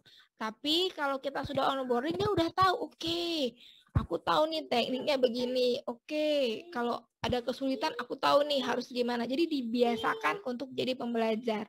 Nah, itu ya, mudah-mudahan bisa teman-teman terapkan di timnya saat ini. Karena percaya teman-teman, 2 culture itu tadi yang saya terapkan di beberapa perusahaan, itu adalah culture yang saya bilang cukup agile untuk menghadapi perubahan-perubahan yang begitu cepatnya. Baik tadi ya di masa pandemi gitu kan, mau pandemi, mau perubahan apa, baik itu internal dari perusahaan maupun dari luar yang menyebabkan internal harus berubah, itu tim akan cukup agile untuk bisa mengikutinya karena sudah biasa belajar, sudah biasa itu tadi ya tingkatkan spiritualnya, sehingga perilakunya tadi, culture-nya kebiasaan-kebiasaan yang mungkin tidak tepat di perusahaan itu bisa diminimalisir dan juga diciptakan kebiasaan baru itu tadi gitu ya. Nah, berikutnya tadi skill dan potensinya dikembangkan. Jadi nggak sampai onboarding aja teman-teman. Kalau nanti tim teman-teman udah masuk, udah oke, punya potensi, silahkan diberikan training yang tepat gitu kan.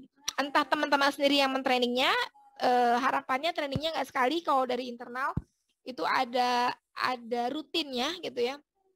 Misalnya seminggu sekali ketemu sama teman-teman sebagai business owner, ketemu seminggu sekali misalnya 2 jam untuk belajar. Kemudian nanti di akhir minggunya, akhir pekannya itu adalah evaluasinya kayak gimana. Dan itu terus-terusan gitu ya, untuk mengembangkan skill dan potensinya. Atau trainingkan aja di luar. Kemudian ketika dia balik, nah ini nih yang paling penting. Ada istilah namanya transfer of training. Itu adalah bagaimana tim ketika beres dari training, balik ke kantor, bisa menerapkan hasil trainingnya. Agar dia bisa menerapkan hasil training, itu nggak bisa dikontrol sama orang trainingnya yang ngasih training, tapi dari kita internal, terutama dari leadernya. Ya, bisa jadi ketika beres training minta dia untuk presentasiin, ajarin temennya gitu, terus dipraktekin dan lain sebagainya. Itu bisa banget ya. Dan jangan lupa terakhir kasih KPI, evaluasi. Jadi setiap ketika kita onboarding, kita juga kasih tahu targetan kerjaan. Ini kamu di CRM, tugas kamu adalah handling alumni, gitu kan. Target kerjaanmu apa? Target kerjaanmu adalah dari alumni dilakukan misalnya after sales. Atau misalnya kamu punya target untuk memastikan alumni itu mengikuti program-program mentoring secara gratis dari Billionaire. Atau tugas kamu, target kamu yang ikut webinar harus berapa. Nah itu ya, itu KPI-nya. Nah itu jangan sampai nggak ada gitu. Setiap posisi itu punya KPI-nya masing-masing.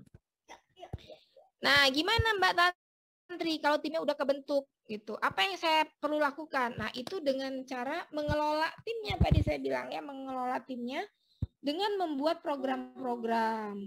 Nah program-program apakah itu? Program-programnya tadi seperti saya bilang, sesuaikan sama culture teman-teman. Ya, kalau misalnya culture-nya membelajar, ya harus belajar terus timnya. Kalau culture-nya adalah ceria, ya timnya harus ceria terus gitu. Atau culture-nya sharing, ya timnya harus rajin sharing ke siapapun, kapanpun gitu ya. Mungkin program-program biar mereka bisa betah gitu. Ini dibilang Mbak nanti susah nggak sih ini gitu? Susah gampang. Saya akui aja ya, susah gampang. Karena gini, tim itu kepalanya kan masing-masing ya. Karakternya itu masing-masing. Apalagi kalau kita sudah melakukan rekrutmen seleksi, itu dapatnya yang dibilang di luar culture kita atau di luar dari kompetensi yang kita cari. Itu PR-nya besar banget teman-teman. Yang paling kadang terlupakan oleh leader itu adalah membuat program-program itu tadi. Program-program, sebenarnya program tuh nggak perlu yang mewah atau apa ya. Ajak mereka makan di luar untuk bonding aja itu udah oke gitu kan. Kasih apresiasi itu juga udah program yang oke. Kasih waktu gitu kan untuk kita ya sebagai leader, beri waktu mereka untuk kita mentoring mereka, itu juga sudah program. Jadi programnya apapun silakan nanti disesuaikan sama culture-nya teman-teman ya. Ingat culture ya, dibentuk dari sekarang. Lanjut, ini kayaknya slide terakhir deh. Ini ada kutipan gitu ya dari foundernya Hoplink. Kesalahan pertama yang sering orang lakukan dalam memulai bisnisnya adalah dengan lebih fokus pada produk dan strategi tanpa memperhatikan SDM yang ada. Padahal SDM itu adalah yang menggerakkan bisnis kita, gitu ya. Oke teman-teman, itu tadi kalau saya simpulkan sedikit ya, kita tarik benang merahnya. Bahwa pada saat kita mau membangun super team, itu kuatkan dulu formula. Formulanya harus kita ketahui dulu apa saja tadi. Dari mulai membuat bisnis proses dulu. Karena itu penting, bisnis proses itu adalah activity-activity yang merupakan alur dari bahan itu dibikin sampai jadi barang yang diberikan ke customer gitu kan, agar kita tahu posisi itu ada apa aja di sana. Lalu juga nanti dari situ buatlah job desk dan kualifikasinya. Kemudian dari situ nanti lakukan seleksi dan rekrutmen yang tepat dengan cara tadi posting lowongannya juga harus tepat, kemudian juga lihat knowledge, skill, attitude-nya ketika melakukan interview dengan tadi teknik BEI ya, behavioral event interview, dengan melihat what you did in-nya, apa yang sudah dia lakukan sebelumnya. Kemudian yang berikutnya adalah jangan lupa ketika dia sudah masuk itu lakukan onboarding dan kemudian juga bina mereka, kelola mereka dengan cara teman-teman menjadi leader yang strong, leader yang kuat yang bisa membantu mereka untuk berkembang sehingga perusahaan juga nanti akan maju. Oke, itu saja dari saya. Jika ada pertanyaan dipersilakan. Dan Mas Ridwan masih ada di sana kah? Oke. Nah, halo. Nah, oke, masih ada. Nah, sambil ada yang bertanya, saya izin sebentar. Ini mau si Dedek karena cuma berdua di rumah, sebentar ya. 1 menit. Oke, boleh ya. Jadi ya pemaparan tadi ya dari Teh Tantri ya itu banyak banget ya, keren banget juga. Kemudian teman-teman semua yang hadir pastinya ingin bertanya, coba raise hand dulu nih, saya pengen pilih-pilih dulu raise hand, kemudian angkat tangannya tuh ada di fitur Zoom-nya, kemudian hidupkan nih kameranya, hidupkan dulu kameranya biar saya bisa lihat tuh siapa aja yang yang hadir. Oke, 1 2 3. Oke, di sini ada Pak siapa? Sip, Pak mau mana tadi? Sip, ada Pak Yoni Setiawan sepertinya. Pak Yoni mau bertanya? Iya benar Kang, mau bertanya. Oke, mau bertanya ya. Oke. Oke, sambil nunggu Teh Tantrinya, kita ngobrol-ngobrol dulu bentar ya, ya. Pak Yoni mana tadi barusan? Ulang lagi sebentar. Ya, saya udah Pak kembali. Oke, udah ada ya. Terima kasih. Dan teman-teman, saya minta maaf tadi mungkin anak saya berisik karena hanya berdua aja di rumah ya. Saya minta maaf banget. Belum tidur. Ya, silakan kalau ada pertanyaan. Oke, silakan langsung saja bertanya, silakan langsung aja Pak Yoni Setiawan, ada yang mau ditanyakan kepada Teh Tantri. Oke, Teh Tantri mau tanya nih, sebelumnya terima kasih banget buat sharingnya yang sangat bagus banget ini. Teh Tantri, saya mau tanya kalau seandainya mungkin rasa yang nggak enakan untuk kayak ngekat karyawan itu aku alamin sih di tahap-tahap awalnya, tapi sekarang udah mulai ya udah masa bodoh aja kalau memang udah dipindah nggak. Cuman ada beberapa hal yang saya tanyakan, cara mengukur ininya gimana ya Teh? Cara mengukur, kan kalau mungkin Teh Tantri apakah melihat budget perusahaan berapa, terus kemudian yang mau direkrut karyawan itu berapa, apakah Teh Tantri melihat itu juga, atau Teh Tantri yang butuh berapa karena budget perusahaan nggak terbatas ya tinggal rekrut aja kayak gitu. Biasanya Teh Tantri kalau mau rekrut seberapa banyak orang itu diukur dari sisi apanya sih? Karena kan kalau saya dari sisi ownernya harus melihat dari sisi budgetnya juga, harus melihat dari sisi kebutuhan juga, jadi harus benar-benar bisa seimbang gitu. Oke, saya langsung jawab ya. Kalau saya biasanya saya lihat adalah jumlah orang itu dilihat dari pekerjaan dulu, ya. Oke, videonya udah ada ya.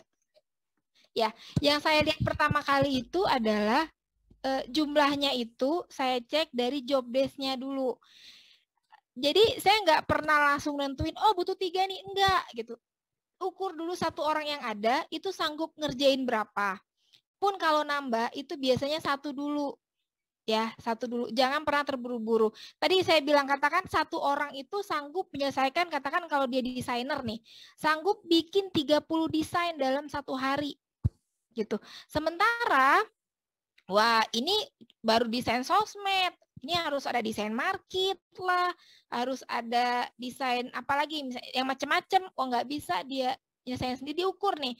Kalau sudah lewat dari 30 desain, terlihat misalnya sudah nggak konsen, kayak misalnya banyak typo dan lain-lain, berarti dia maksimalnya ada di 30. Oh, berarti aku harus nambah orang nih, karena aku butuh 1 hari orang tuh menyelesaikan misalnya sampai 60 desain misalnya, itu baru nambah. Nah, kalau kita bicara budget, itu kita bisa sesuaikan kok. Kita mau cari orang yang budget sesuai sama budget tuh ada gitu.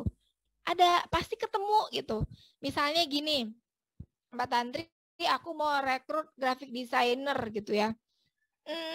Tapi aku punya budgetnya misalnya 2 juta. Ada nggak ya? Ada aja gitu. Bisa aja ketemu, tapi tadi levelnya harus kita turunin sedikit. Artinya usaha kita untuk ngelatih skill dia itu akan lebih besar. Contoh, oh berarti aku cari lulusan SMK aja deh gitu kan. Dari jurusan broadcast atau multimedia karena mereka belajar desain yang ceritanya.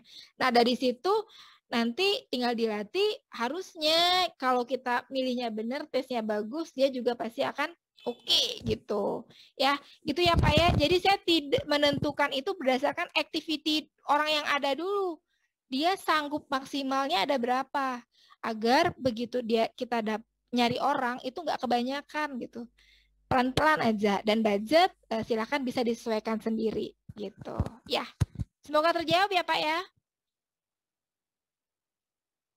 Oke, Teh, sama satu lagi Teh, kalau seandainya karyawan itu nggak perform, itu biasanya berapa lama sih rata-rata Teh Tantri mempertahankan? Apakah selama sama sih di tempat kita ada masa 3 bulan probation juga, apa nunggu sampai 3 bulan atau 1 bulan 2 bulan, biasanya rata-rata gimana? Oke. Kalau saya yang saya lakukan biasanya dikasih waktu 3 bulan. Kenapa? Karena memang biasanya pada umumnya kalau sepengalaman saya, orang itu ada yang sebulan udah kelihatan oke. Ada yang nunggu 2 bulan, ada yang baru 3 bulan kelihatan oke-nya. Gitu. Jadi 3 bulan. Kalau seandainya memang dia bagus, itu pasti sebulan itu udah kelihatan oke banget gitu. Nggak perlu atau kalau misalnya yang udah nggak oke, sebulan nggak oke, separah apa? Itu harus dilihat dulu. Kalau ternyata, wah ini mah parah banget. Tapi alhamdulillah saya belum pernah kejadian seperti itu. Itu berarti ada yang keliru pada saat kita melakukan seleksi. Gitu. Ya Pak ya. Tapi kalau memang dia udah nggak oke, sebulan udah nggak bagus, udah aja. Tapi ini harus diberitahu di awal. Contoh gini. Oke, kamu keterima di sini, kita pakai probation dulu. Ini untuk probationnya ada 3 bulan. Namun, apabila gitu ya, dalam 1 bulan ini atau bulan kedua, ternyata secara kinerja kamu tidak ada perubahan, gitu kan, maka kamu bersedia untuk mengundurkan diri. Biasanya saya bilangnya gitu. Kalau misalnya memang akan kejadian, tapi belum pernah sih rasanya. Tapi itu bisa dipakai teknik itu loh Pak. Kalau misalnya nggak mau terlalu lama menunggu 3 bulan. Ya. Oke, terima kasih. Sama-sama. Silakan. Yang lain Mas Ridwan. Oke, ya. Kita pilih lagi, silakan Resen. Di sini ada Mbak Indah Luciana. Halo. Klik dulu Mbak Indah, klik. Nah, silakan. Assalamualaikum. Terima kasih Kang Ridwan. Mbak Indah. Mbak Indah. Terima kasih Teh Tantri, materinya bagus banget. Tadi kan Teh Tantri cerita bahwa yang harus kita utamakan adalah attitude ya. Sementara untuk tes attitude ini kan PR banget ya. Nah, tes apa sih yang paling simple aja dan powerful untuk kita terapkan tanpa kita harus hire orang HRD? Oke. Kalau attitude itu pertanyaan ya, kalau attitude itu Mbak, pertanyaannya biasanya saya ajak ngobrol santai. Melalui interview aja. Itu tinggal dilihat aja sikapnya. Misalnya kita tinggal nanya, kamu biasanya kalau waktu senggang ngapain aja gitu. Jadi pas interview tuh jangan terlihat seperti menginterogasi. Tapi dari awal kita bilang, oke, kita mau ngobrol-ngobrol aja nih ya, gitu. Kamu jangan tegang lah, pokoknya kita ngobrol biasa aja nih di sini gitu. Jadi ajak ngobrol santai. Kalau kita semakin santai kita ajak ngobrol, itu akan keluar aslinya. Ada yang kadang terlihat ngelunjak, gue ngajak bercanda, tapi kok dia makin jadi. Wah, ini berarti nggak oke nih, dia kadang berarti nggak begitu tahu situasi nih gitu ya. Itu untuk attitude bisa ditanyakan bagaimana kehidupan dia di rumah, bagaimana dia dengan lingkungan pertemanannya, bagaimana hubungan dia dengan rekan-rekan kerja sebelumnya. Itu bisa ditanya. Kayak misalnya kamu di tempat sebelumnya punya berapa rekan kerja gitu kan. Akrabnya sama siapa aja gitu bisa ditanya, atau apa sih biasanya yang biasa kamu obrolin sama rekan-rekan kerjamu. Itu bisa melihat seberapa bisakah dia gitu berkomunikasi dan berelasi dengan orang lain, itu bisa lihat dari situ. Nah, kalau soal tes, sejujurnya saya jarang banget pakai tes. Saya kekuatannya di interview gitu kan. Tapi pun kalau ada, biasanya saya pakai di ISC ya. Di ISC itu sebetulnya bukan patokan dia akan, misalnya katakan D-nya tinggi, D sama I, DI terus, enggak gitu ya. Semua orang punya komponen D, punya komponen I, punya komponen S, dan punya komponen C. Cuman mana yang tinggi itu tergantung situasi saat itu. Barangkali saat itu hasil tesnya DI-nya tinggi. DI yang tinggi kenapa? Karena mungkin di tempat pekerjaannya menuntut dia menjadi orang yang bisa tegas, misalnya menuntut dia harus achievement-nya tinggi, misalnya kan. Tapi ketika dia masuk ke tempat kita, ketika kita nggak butuh orang seperti itu bisa aja berubah kalau dia memang bisa mengikuti itu. Bisa jadi nanti tiba-tiba, oh yang tinggi malah I-nya gitu, I sama S misalnya ya. Bisa dipakai di ISC. Atau yang kedua, pakai MBTI atau disebutnya 16 personality. Nah, itu yang extrovert, introvert, sensing, thinking, judging itu ya. Yang itu tuh bisa pakai itu. 2 macam itu aja. Tapi kenapa saya jarang pakai alat tes? Kenapa saya kuatin di interview? Karena gini, alat tes itu bersifat sementara. Dan saya nggak pengen kita itu sebagai interviewer yang menginterview menjadi mengotak-otakan orang itu, si kandidat. Oh, dia mah tipe D. Jadi pas kerja udah D aja, dia mah D terus. Gitu kan. Nah, dan saya juga ada kekhawatiran ketika orang yang diinterview gitu ya, kalau dia sangat percaya banget, wah aku mah tipe D gitu kan. Sehingga kalau kita minta dia misalnya untuk handling sesuatu yang cukup detail, yang terstruktur, terorganisir, dia akan nolak. Aku tuh tipenya bukan tipe begitu, Bu. Aku tuh tipe D gitu. Itu mah tipe orang C yang kayak gitu. Ada kekhawatiran gitu. Tapi saya pakai, tapi nggak terlalu sering saya pakai gitu alat tes itu. Ya. Satu lagi Teh Tantri. Ya, silakan. Kalau dari pengalaman Teh Tantri, untuk mendapatkan satu kandidat itu kita biasanya Teh Tantri perlu berapa lead? Oke, berapa leads ya? Oke, bahasa ikannya leads. Oke, mantap. Berapa CV ya? Berapa CV? Saya pernah 5. 3 juga pernah. Bahkan saya pernah dapat orang di hari yang sama. Pagi saya nyari, siang saya screening, sore saya interview, malam saya udah dapat orangnya. Besok orangnya langsung kerja. Itu pernah terjadi beberapa kali. Itu. Jadi itu tadi kalau kolam yang kita tentukan itu tepat, tadi saya mau cari penjahit. Jangan cari di LinkedIn, nggak bakalan nemu gitu kan. Carilah di Facebook. Itu akan lebih cepat asal tahu tadi kolamnya. Perbandingannya gini, kalau saya prinsipnya gini, nanti kalau Mbak sudah sering interview, itu akan terasah untuk melihat ini nggak cocok sama culture-ku. Ini cocok. Ketika udah cocok, pasti ada feel dapet, aku pengen dia aja. Itu pasti ada itu nanti. Pengen dia aja. Bahkan mungkin kita cuma interview 2 orang, dari 2 itu kalau dua-duanya bagus, ya pasti bingung-bingung juga milihnya mau yang mana nih di antara 2 gitu. Jadi kalau saya nggak terlalu ada patokan sih Mbak, ketika saya memang merasa oh ini kurang, pasti saya cari lagi. Tapi kalau saya merasa ada potensi, yang penting ada potensi, saya ambil pastinya. Potensinya itu tadi ya, dari culture-nya itu tadi, modal utamanya. Semoga terjawab ya Mbak. Terima kasih banyak Teh Tantri. Sukses. Amin, amin. Sama-sama. Oke, satu pertanyaan lagi silahkan Untuk teman-teman semua yang mau bertanya, silakan raise hand ataupun silakan lambai-lambai tangannya ke kamera. Nah, dilihat sebentar nih, ada nih, ini kayaknya saya kenal nih. Pak Herman. Ini. Nah. Mana nih? Udah bisa, Pak. Nah. Klik. Nah. Siap. Sip. Damang, Kang. Nah, alhamdulillah, Damang, Kang. Wah, sepertinya lagi ngasuh nih. Ini. Izin bertanya, Bu dosen. Waduh, silakan Pak Herman. Aku ada kasus nih. Kita sharing ya. Boleh, Kasus silakan. ini sama punya pabrik kan ya. Terus kemudian ini penting juga sih. Dia coba hire orang yang memang sesuai skill yang dibutuhin ya. Dan ternyata dengan kontrak perjanjian yang dibuat dibuat nyontek doang gitu ya, diambil di Google terus copy paste gitu ya, buat kalau nggak perform ya udah.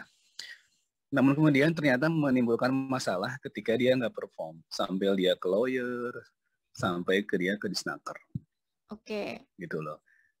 Dan sampai dengan selama 6 bulan ini belum beres-beres kasusnya dengan dengan disnaker ini. Nah, saya justru nanya ke dia, Mbak, emang gimana sih masalah legal ketenagaan gitu loh. Itu satu.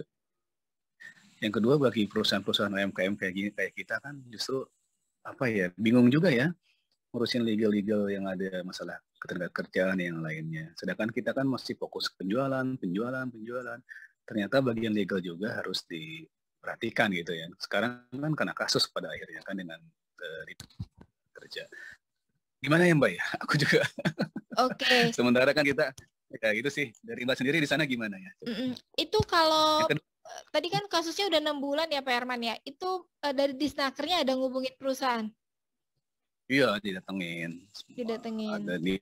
Ada minta kontrak kerja apa semua. Kok gini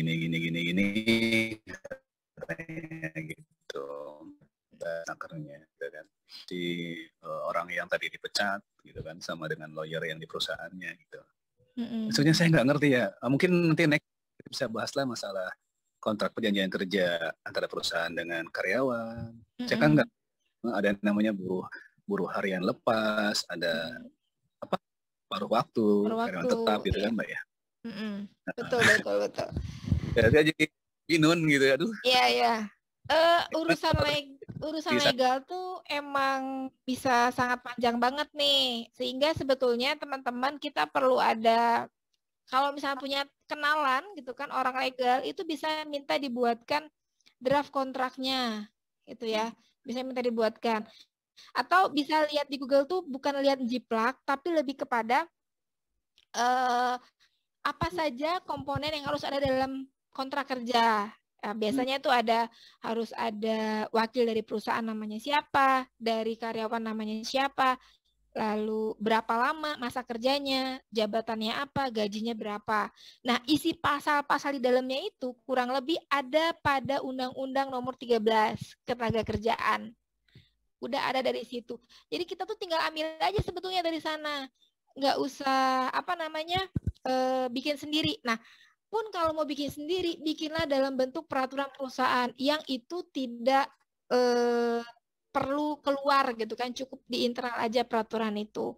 Nah, kemudian dalam pembuatan kontrak itu kan ada yang namanya PKWTT, perjanjian kerja waktu tidak tentu. Ada yang namanya PKWT, perjanjian kerja waktu tertentu. Nah, kalau kita bicara waktu tertentu itu yang biasa disebut dengan karyawan kontrak ya. Nah, kontraknya itu biasanya maksimal 2 kali tanda tangan atau bisa sepanjang 3 tahun. Dibatasin ya, Mbak ya? Ya, dibatasin 3 tahun ya, nggak boleh seumur hidup ya? Nggak boleh seumur hidup. Kalau misalnya mensiasatinya gini, andai mau dikontrak lagi, jedah dulu. Keluarkan dulu dianya sebulan. gitu kan. Terus dia masuk lagi tapi seperti karyawan baru lagi, ngelamar gitu kan, kayak gitu. Nah itu bisa panjang, mau sampai seumur hidup juga bisa. Tapi itu tadi pembaruan data statusnya. Oh. Itu siasatnya ya, mensiasatnya gitu. Nah itu yang kontrak kerja. Kalau yang kita sebut PKWTT itu biasanya pakai probation 3 bulan. Kemudian teman-teman bisa pakai, harusnya langsung menjadi karyawan tetap atau dianya disudahi. Itu ya cuma 3 bulan aja. Tapi kalau di saya nyebutnya memang probation, tapi probationnya itu seperti masa training. Disebutnya itu seperti masa training. Sehingga itu tidak akan menyalahi untuk setelah 3 bulan mau langsung ini nih tetap, enggak gitu. Jadi bisa nanti habisnya di kontrak gitu. Tapi kalau udah lewat 3 tahun ya udah. Jadiin aja karyawan tetap kalau memang dia bagus. Kalau enggak ya panjang aja, jeda sebulan, kontrakin lagi gitu aja terus sampai beres. Ya. Biasanya di Snaker itu akan melihat perusahaan-perusahaan yang memang sedang maju. Kalau benar ya. Pokoknya yang karyawannya banyak itu biasanya dia cari banget tuh, dilihat tuh gitu kan. Tapi kalau yang karyawannya 3, 5, 10, jangan khawatir gitu kan. Itu tidak akan jadi permasalahan. Dia pasti nyarinya ikannya ikan besar dulu. Biasanya begitu. Itu sepengalaman saya. Mudah-mudahan bisa juga. Mbak, Gimana Mas? Kalau 300 orang dilihat nggak? Dilihat. 300 orang dia Mas, apalagi udah statusnya namanya udah pabrik dan sudah terdaftar di mana-mana. Ada pelangnya gede di pinggir jalan. Itu masih kelihatan. Mbak, kalau Mbak sendiri sana pakai konsultan lawyer nggak sih untuk bikin kayak gitu? Atau emang sendiri aja? Oke, kalau lawyer ada. Billionaire Corp itu punya lawyer sendiri gitu. Konsultan lawyernya ada. Jadi minta bikin apa segala macam tuh ada. Dibuatkan sama tim orang legalnya. Jadi alangkah lebih baiknya teman-teman punya kenalan orang legal ya. Untuk membantu ketika ada sesuatu kayak gini terjadi. Semoga cepat beres ya Pak Herman. Bukan aku. Bukan ya? Serius? Bukan. Teman. Alhamdulillah. Tapi katanya sih asuhan Kang Dewa juga. Gawat ini. Sama ini, Mbak, nanti next mungkin jadi ini ya webinar tentang peraturan tenaga kerja perusahaan kali ya.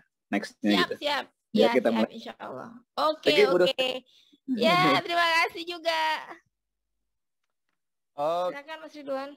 Oke, teman-teman semua. Ya tadi ya pertanyaannya itu bagus banget ya. Sekarang Teh Tantri mungkin satu pertanyaan lagi ya sebelum kita tutup. Silahkan teman-teman, silahkan raise hand. Nah di sini ada. Sayang banget ya udah mau ditutup. Iya, ya udah jam 10 nggak kerasa. Betul, udah jam 10 nih. Satu pertanyaan lagi. Silahkan ke Mas Rido. Silahkan Mas Rido. Klik. Nah, oke. Silakan Mas Rido. Halo. Ada gak nih suaranya? Nggak ada suaranya. Oke, Assalamualaikum warahmatullahi wabarakatuh. Waalaikumsalam. Halo, Mas Rido. Mas Ridwan, Kak Tantri, ya. Kak Tantri juga nih, sorry nih, kayaknya udah pernah nge-zoom gitu ya. Udah pernah ketemu. Ini waktu tanya kemarin kayaknya. Nggak tanya-tanya kita waktu itu pernah ngadain itu. Oke, saya mau tanya lanjutan nih. Alhamdulillah sehat. Teh Tantri juga sehat ya. Jadi gini, Teh Tantri, saya dari awal kan tadi udah ngikutin. Nah, yang jadi masalah tuh di sini sebenarnya ya saya sedikit ketawa ya aja. Karena kan Teh Tantri kan di sini kan poinnya kan perusahaan kata yang dibicarakan ya.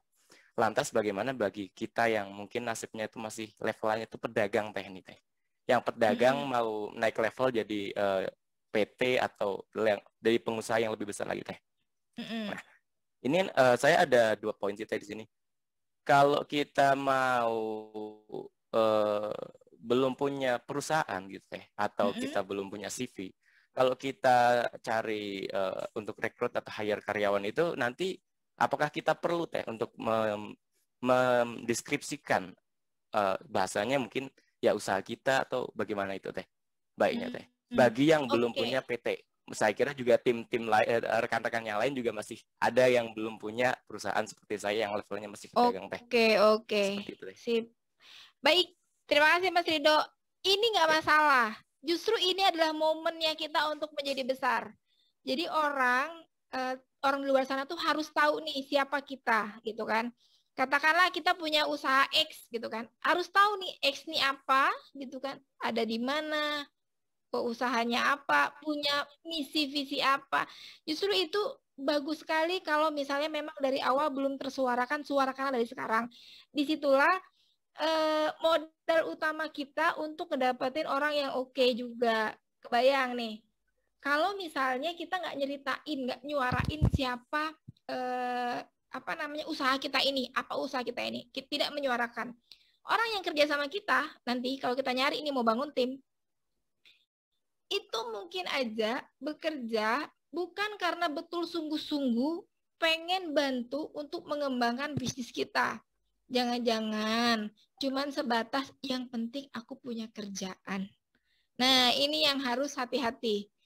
Jadi, ini momen pentingnya ya, mumpung masih ibaratnya masih berusaha untuk menjadi besar. Nah, itulah dari sekaranglah disuarakan agar suara yang tadi kita suarakan tadi diketahui sama banyak orang, yang orang jadi tahu orang sama bisnis ini gitu kan. Mudah pun kita untuk nyari kandidatnya gitu ya Mas Rido ya. Oke, jadi kita tetap harus bahasanya itu oke lah. Kalau tadi kan saya lihat ada mencarinya lewat sosial media, mungkin kita nggak perlu terlalu kita detail menjelaskan kita itu punya usaha apa ya Teh ya. Tapi mungkin kalau kita pakai job street bisa jadi gitu. Nah ini misalnya nih kan contoh, misalnya kita hanya warungan atau kita hanya penjual kosmetik A gitu, itu sebenarnya kalau kita cari hire karyawan melalui seperti job street atau lain-lainnya itu, apakah kita perlu kita bahasanya itu menyebutkan PT-nya kita atau brand-nya kita baiknya bagi kita nih, bagi saya yang masih levelnya itu pedagang, baiknya gimana tuh Teh? Oke, kalau gini, nggak ada yang salah dengan namanya PT atau CV gitu kan, atau PD ya. Itu nggak ada masalah dengan nama itu gitu kan. Nanti Mas Rido bisa menyuarakan dengan branding. Contoh nih, Billionaire Coach. Billionaire Coach itu CV. Namanya CV Billionaire Sinergi Corpora, BSK. Tapi nama brandingnya itu Billionaire Coach. Sehingga orang-orang itu taunya Billionaire Coach, bukan CV Billionaire Sinergi Corpora gitu. Disuarakan aja brandingnya apa. Jadi kita lebih kuatkan di brandnya kita ya. Misalnya kita bermain di kosmetik ya, kita mereknya mungkin ya Teh ya. Bisa. Berarti nanti seperti tadi kan tetap kita harus ada kontrak dan lain sebagainya. Tetap nanti kita saat berkontrak bahasanya di kopnya atau apanya tetap brand kitanya aja. Seperti itu atau bagaimana baiknya Teh? Ya, bisa pakai brand kita aja.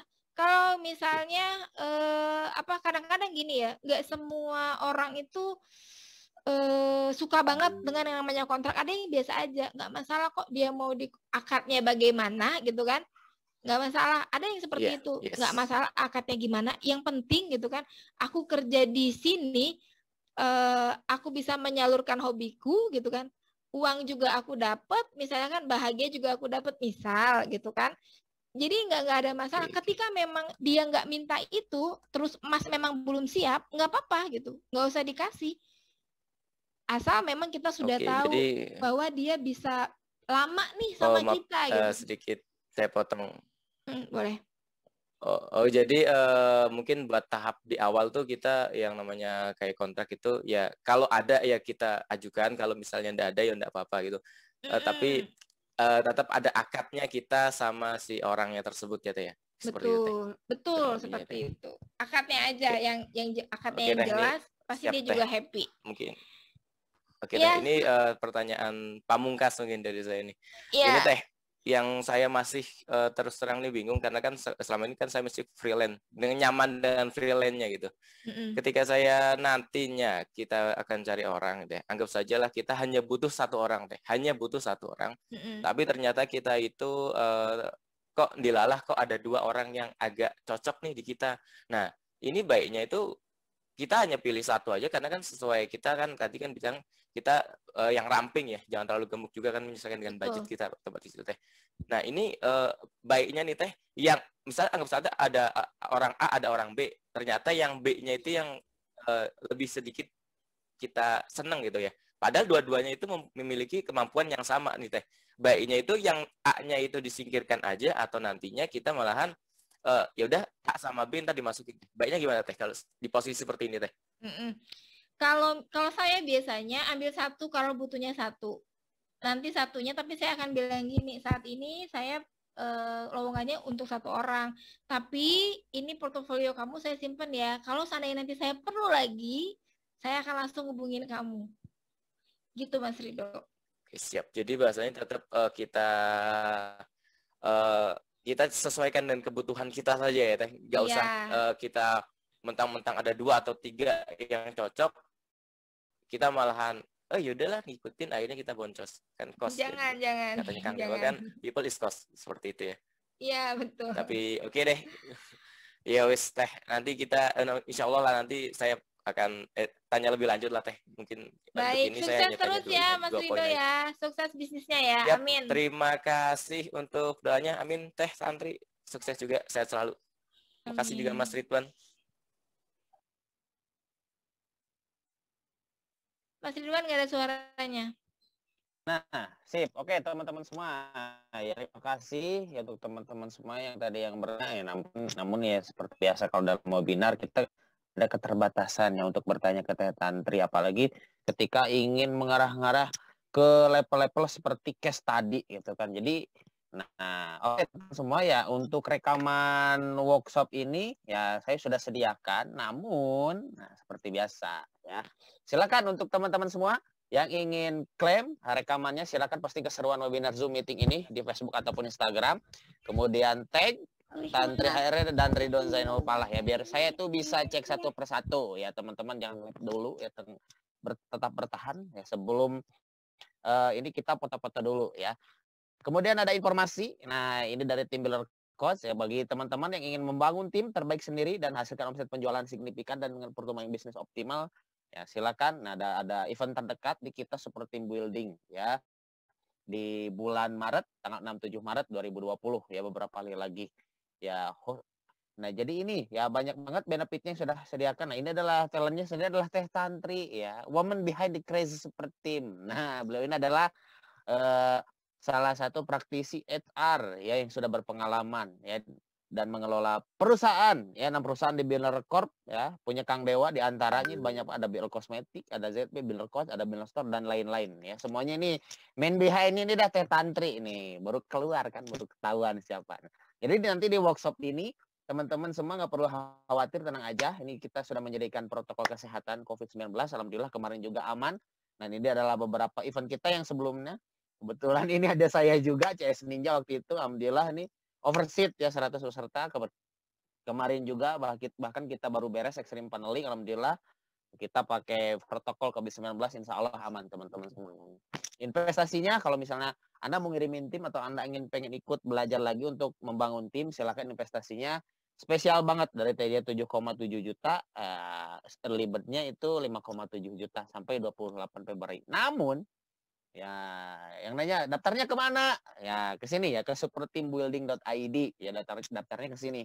Nah ada investasi spesial potongan 1 juta ya, jauh lebih hemat, potongan tambahan untuk teman-teman semua yang ikut webinar pada malam hari ini. Silahkan ya, ketika check out nih bisa dapat 4,7 juta. Tadi kan 5,7 juta. Nah, kalau teman-teman semua bisa dapat 4,7 juta dengan memasukkan kode kupon di sini ya, kode kuponnya ini di sini. Nah, kode kupon, nah ini kode kupon webinar STB. Namun terbatas hanya untuk 50 orang saja sampai besok ya, sampai besok. Oke, itu aja teman-teman semua ya, tetap semangat ya, tetap semangat untuk menjalankan bisnis masing-masing, dan mudah-mudahan teman-teman semua yang hadir pada malam hari ini senantiasa mendapatkan keberkahan ya dari ilmu yang sudah didapatkan pada malam hari ini. Sebelum tutup, Nah, seperti biasa, sesi foto-foto dulu. Ya, silakan teman-teman semua buka dulu kameranya. Ya, kita sisi foto-foto dulu. Nah, ada siapa aja nih? Buka kamera. Silahkan. Siapkan pose terbaiknya. Kita seru-seruan nih. Kita seru-seruan dulu. Untuk hasil fotonya saya kirimkan ke grup atau teman-teman semua bisa memfoto langsung lewat handphonenya masing-masing. Mbak Bella nih semangat banget nih lagi Mbak Bella Mei ya. Oke, sama-sama terima kasih teman-teman semua ya, kita foto-foto dulu. Oke, silahkan persiapan terbaiknya ya. Kita foto-foto dulu untuk slide pertama. Oke, 1, 2, 3. Sip. Oke, sip, beres. Kita masuk ke slide 2. Oke, slide 2. 1, 2, 3. Sip. Oke, terlihat di sini ada Pak Rudi Imogen. Nah, Pak Rudi. Kemudian ada Pak Muhammad Rofian juga. Ini ada. Kita ke slide ketiga. Oke. Ada Mas Fauji di sini, ada Mas Ardana. Oke, 1, 2, 3. Ada Mas Oki, Bu Yolandri. Nah, saya lihat juga. Siapa lagi di sini? Oke, sama-sama Mbak Rika. Slide keempat ada Pak Nurdin Soga. 1, 2, 3. Sip. Ada Bu Dewi, Mbak Dara. Halo Mbak Dara. Nah, ada Ustadz Reza Rindi juga ternyata pada malam hari ini ya. Kemudian ada di slide kelima ada Mbak Yeni Wiryadi, halo. Nah, sip. Kemudian ada Mas Sehu. Nah, kita ke slide nomor 6. Ada Mas Topik Hidayat dan ada juga Ayah Sadli yang sepertinya sedang mengantuk sedikit ya. Ada Om Dian juga ternyata ya. Halo Om Dian Mozaik. Nih ada juga ya. Oke, kita foto lagi ke slide terakhir, slide 7. Ada Mas Nazar Nur Salam. Di sini ada Kang Cecep juga. Ya, halo. Oke, teman-teman semua. Sudah beres ya teman-teman semua. Terima kasih yang hadir pada malam hari ini. Nantikan webinar-webinar lainnya dan webinar terdekat itu adalah ada dari Kang Handika Subarkah. Ya, nanti seperti biasa infonya akan saya kirimkan ke link WhatsApp masing-masing. Dan di awal bulan ada webinar Q&A dari Kang Dewa Eka Prayoga. Tetap teman-teman semua ya, hari Senin biasanya, hari Senin minggu pertama, hari Senin malam Selasa jam 8 webinar dari Kang Dewa ya teman-teman, silakan siapkan waktunya ya. Oke, itu aja dari saya. Terima kasih teman-teman semua, sampai bertemu di acara workshop Super Team Building pada tanggal 6-7 Maret 2021. Sekian dari saya, terima kasih. Assalamualaikum warahmatullahi wabarakatuh. Makasih Teh Tantri.